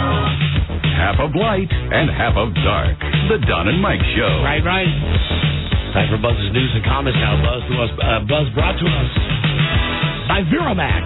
Someone call for a doctor? #1 sexual pleasure performance enhancer. It's doctor developed, clinically tested and patented. Call 1-888-TRY VMAX. Now here's Buzz Yardley. Hi, Buzz. Hi, Don and Mike. Well, somebody still reads Newsweek. The magazine reported that the U.S. military personnel at Guantanamo Bay had flushed parts of the Quran, the Muslim holy book, down the toilet to try to make the prisoners talk. That report set off riots throughout the Middle East, where so many of our troops are already in danger. 16 people died in the riots. Hundreds of people got hurt. The American flag was burned. Now, Newsweek says the story might be inaccurate, and it's retracting the story. So and apologizing. Explain. This is in Newsweek, man. So they write it in Newsweek. Right. Then it gets what? It's sort of translated over to Al Jazeera or whatever the hell they read it in Pakistan and Afghanistan, and they so read it, and it's so inflammatory that it causes riots in the street. That's their holy book. That's even perhaps worse to them than saying that parts of our Bible, the Christian Bible at least, or the Judeo-Christian Bible being flushed down the toilet. So they were highly insulted by that. Like they think they would get to me? They weren't really. Like I'd be sitting in a room with a gun to my head, and they're going to go, here, we're going to flush the toilet. I'd say, if they got a gun to my head, I use it as toilet paper. It'll save my life. Absolutely. It's a book. Yeah. But there are a lot of people who are... Sure gives you a little perspective on the way they think about religion and the way we do. I only believe what I read in Boy's Life. Good for you. There's a magazine you can trust. Thank you. High Time. That's right. There's a magazine I can trust. Oh, no. Highlight. Buzz. Buzz did step right up for his high time. Yes, thank you, Buzz. So Newsweek is retracting the story, says it might be inaccurate. They don't know for sure, but they are apologizing nevertheless. Military officials are now investigating. The question is, was this all a setup? Newsweek says it got confirmation on its original story from U.S. military officials. Who knows? Who knows? Sounds kind of like this place. Infinity. Yes. Guys, can't we get to the bottom of this infinity thing? Why are we wasting time talking about... What is it? Talking about the national events of the day? Yes, world events. Yeah, I know, silly as they are. Yeah, I know. Okay. And maybe it doesn't matter who's to blame. Americans are already disgusted. Buzz, yes, what? You know, my feelings are really hurt. How so? By those DJs. Oh, well, I know. And I think that maybe that's a little more important than this war you're talking about. Right. And I just did the quotes, the in the air. But I can't do Mike's Dr. Evil, and I just went... Like you would know, like you guys listening. But I know the truth that your feelings are not really hurt. No. If our feelings were really hurt over this 20-year career, we would both be institutionalized. Fortunately, that has not happened. I'm not ruling it out, though. Revenge is a dessert item. Revenge is a dessert best served cold. That's right. And it might. We'll wait as long as it takes. And it will be delicious. Mm-hmm. And maybe it doesn't matter who's to blame over whether that Newsweek story is right or wrong. Americans are already disgusted with the news media. Founding Father Thomas Jefferson said, were it left to me to decide between government without newspapers and newspapers without government, I would not hesitate to choose the latter. But a new survey shows 43% of Americans believe our free press has too much freedom. Nearly 1 in 4, 22% think the government ought to be able to censor the press. I agree. Nearly half. Michael Wilbon sends me into absolute fits. Well, that's different. Okay. I said the press. Well, Michael Wilbon is in the press, Buzz, and I'm kidding. Michael Wilbon is a great columnist for the Washington Post. The guy who I really dislike. Oh, come on, Rob. I know he's black, but come on, you can like him. Yeah. The guy that I don't like is this dude Mike Wise. You don't like read him? his column? Yes, I have. You don't like him? No, I don't. Too smarmy for you? Yep. Nearly half of all young people think the press ought to be censored. Richard Nixon would have liked that. Hey, you get the West Coast feeds, right, occasionally? Yes. Have you seen the Arnold commercials for governor? I see them constantly on CBS, too. You have to go to TV. You know, you guys in California, I don't know how you can watch this stuff. Maybe you become desensitized to it, but... How can you take him seriously? Again. But you are. I'm here. It's the thing that I'm sitting in the cafeteria and talking about California. Because jobs are leaving California.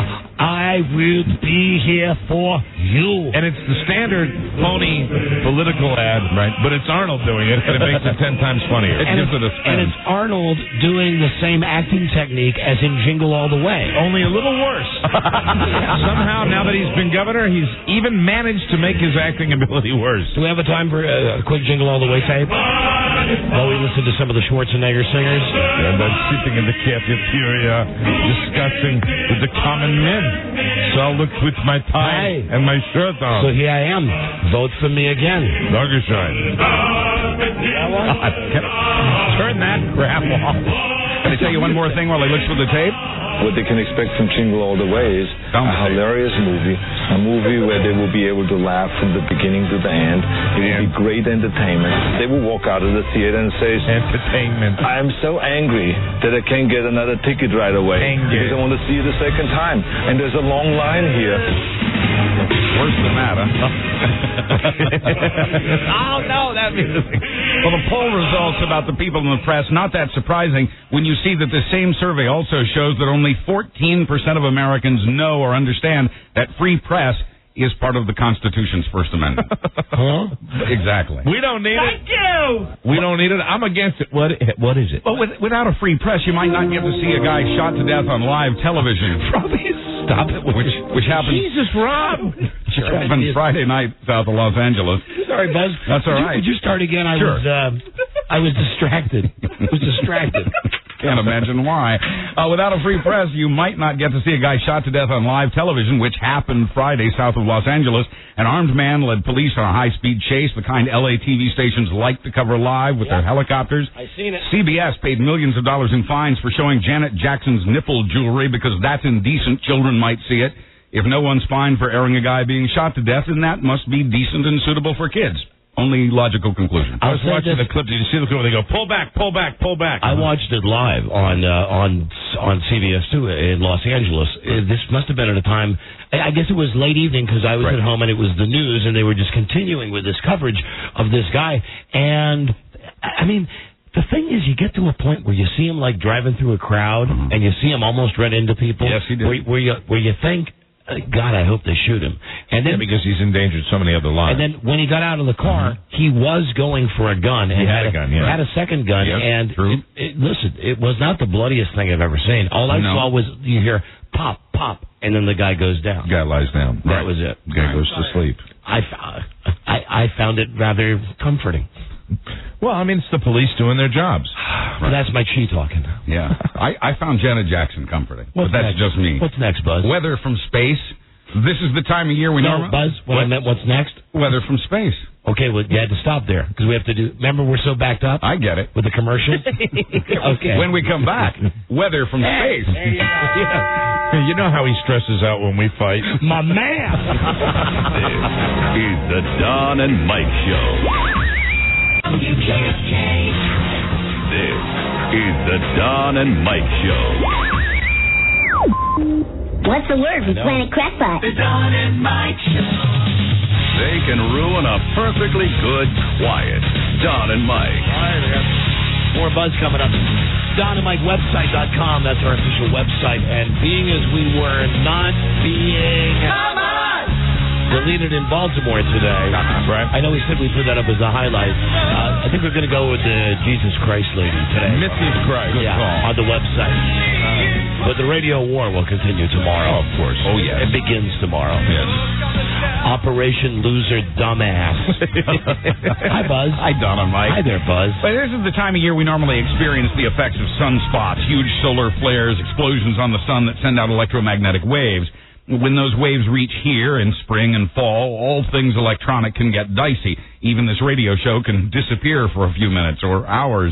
And this spring may be especially bad. Storms on the surface of the sun are ranked on a scale of 0 to 9, 9 being the worst. Yesterday morning storm, a 9.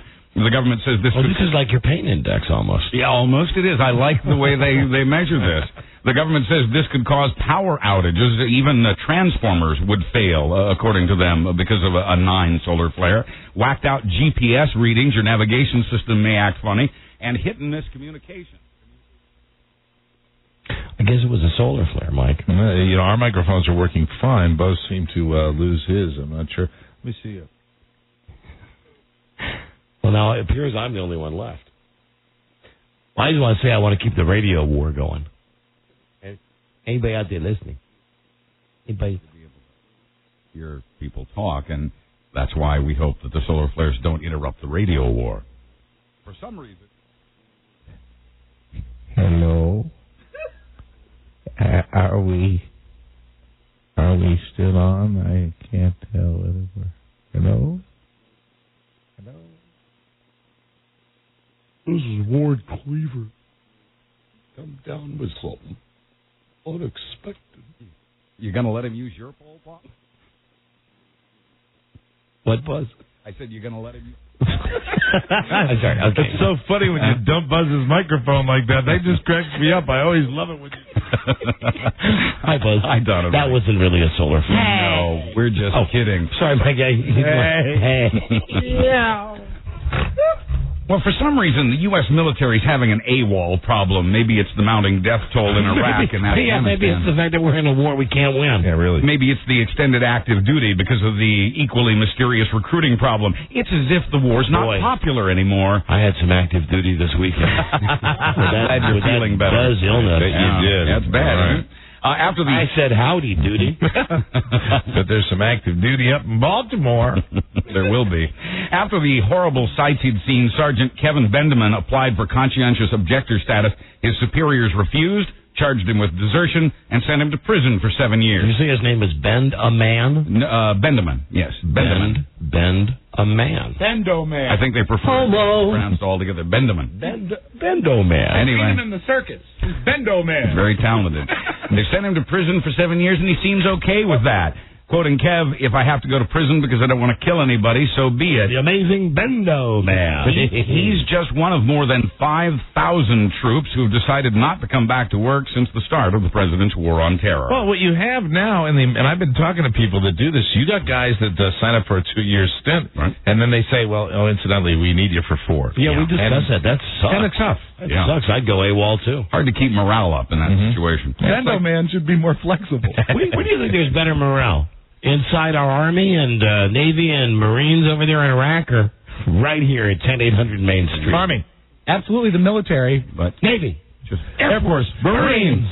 BE, you can be whatever it is. Better morale in the military because they have perhaps a chance of death. The sweet release thereof. A couple of kids went AWOL in Martinsburg, West Virginia late last week. Since both boys are about 5 years old, everyone expected the worst. A massive search was launched.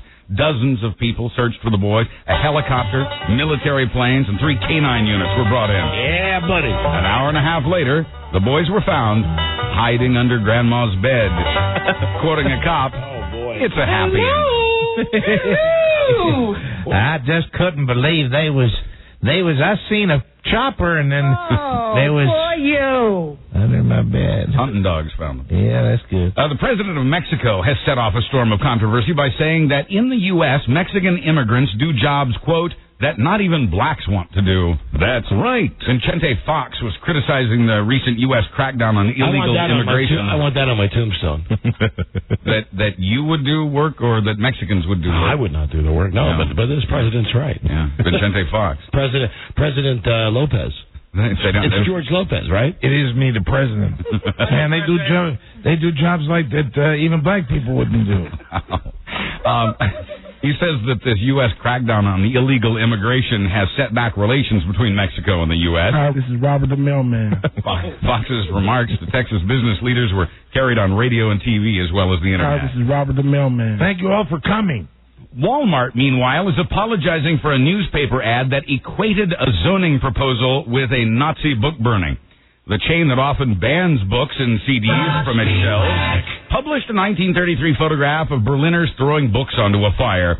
It was Walmart's way of saying it doesn't like the proposal to prevent it from adding a grocery section to one of its stores in Flagstaff, Arizona. Let's have a book burning. The ad read... I need to get that picture back for the album. They'll get it back. The ad read, should government tell us what we can read? Of course not. So why should we allow government to limit where we can shop? Walmart now says it's made a terrible mistake in approving the ad. Walmart's now sending a letter of apology to a local Jewish group, quoting the letter, "We apologize for the use of the imagery. People make mistakes. They move on." Thank you. Thank you, Rosie. Shut up. Over the weekend, I booked a... that is that. Good. Hey, Buzz? Yes? Do you have a watch? I do. Okay. Would this be a good time? Because all the commercial breaks are crazy today, so I'm just waiting on a cue for you. I thought you had the cue. No. This was 30 seconds ago. Well, we'll be right back with something awfully good. You're good for 30. Thank you, Buzz. This is the Don and Mike Show.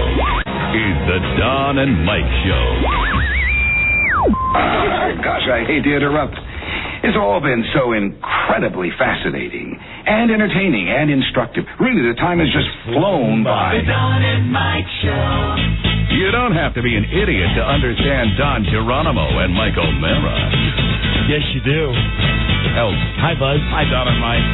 In an obvious overreaction to drunk driving fatalities, the state of Montana is thinking about outlawing drinking and driving. Come on, now touch me, man. You notice I stopped it right at the right time? I appreciate that. Yeah, I was going to wait, but that's fine, too. It's already illegal to drive drunk in Montana. Come on. But it's okay to guzzle from an open container while you're driving under current Montana law. Maybe that's why Montana has the highest rate of alcohol-related deaths in the country, which is apparently okay with Montana lawmakers until the federal government threatened to cut off $5 million in highway money. Wow. So you can drink as you drive, right? Just driving along there? Right, as it is now. Interesting. The new law won't go into effect until November, after Memorial Day, July 4th, Labor Day, Hold on. What was I had it right the first time? It didn't back up. Nice machines. Hold on a second. No. Come on. Never. I do it manually. Hold on. What are you doing? No. Screw it. We're out of time. I'm sorry, everybody. But even then, an open container won't go on your driving record, and the fine will be $100 or less. Good to keep it off your permanent record, Chip. That just leaves Mississippi as the only remaining state to allow open containers, but that's more of a thinning of the herd thing. Finally, it's going to be a better summer for swimming and boating in Lake Michigan now that Milwaukee has the used condom problem under control. Yeah. Condoms people had flushed out of their lives. The city spent nearly $2 million on a new system to catch the condoms that were otherwise making their way through the sewage treatment plant and into a Great Lake. It was over 2 years ago when a fisherman reported seeing a slick. This real-world minute brought to you by Gym Source. A slick of thousands of condoms floating on the lake. Oh, it makes you want to throw up. After a heavy rain. Oh, my God. Scott, I'm looking forward to dinner tonight, Buzz. You should be. Since then, it's been the job of just one worker using a pool skimmer to capture the condoms. God, stop it. Now a system of 24 large nets does the catching. God, that's gross. Come on in. The water's fine. Gross. I'm Buzz Burbank on the Don and Mike Show. That's it. Oh, man. We got to go. A slick. It's been a hell of a day. Sorry, Buffalo. Yeah, bye-bye, Buffalo. Baltimore. Tomorrow's a new day, ain't it? Yeah, it is. Yeah. Have fun. Somebody woke up the sleeping giant, so we'll see what happens on that front. Be back with a new episode tomorrow, including all, screw those guys who had to scream about it. We never even got the evil Ray Romano today. Well, we'll get him tomorrow. Yep. Tomorrow. And to check out our website, Good Day to You, Sir. Good day to you, sir. Good day to you, sir. Good day to you, sir. Ron and Fez are on after America's Greatest Entertainer. Who's next? WJFK. I forgot to ask you. Do you want to say anything? I just wanted to say, in this light, do I look like the King of Spain? Yes, you do. This is the Don and Mike Show.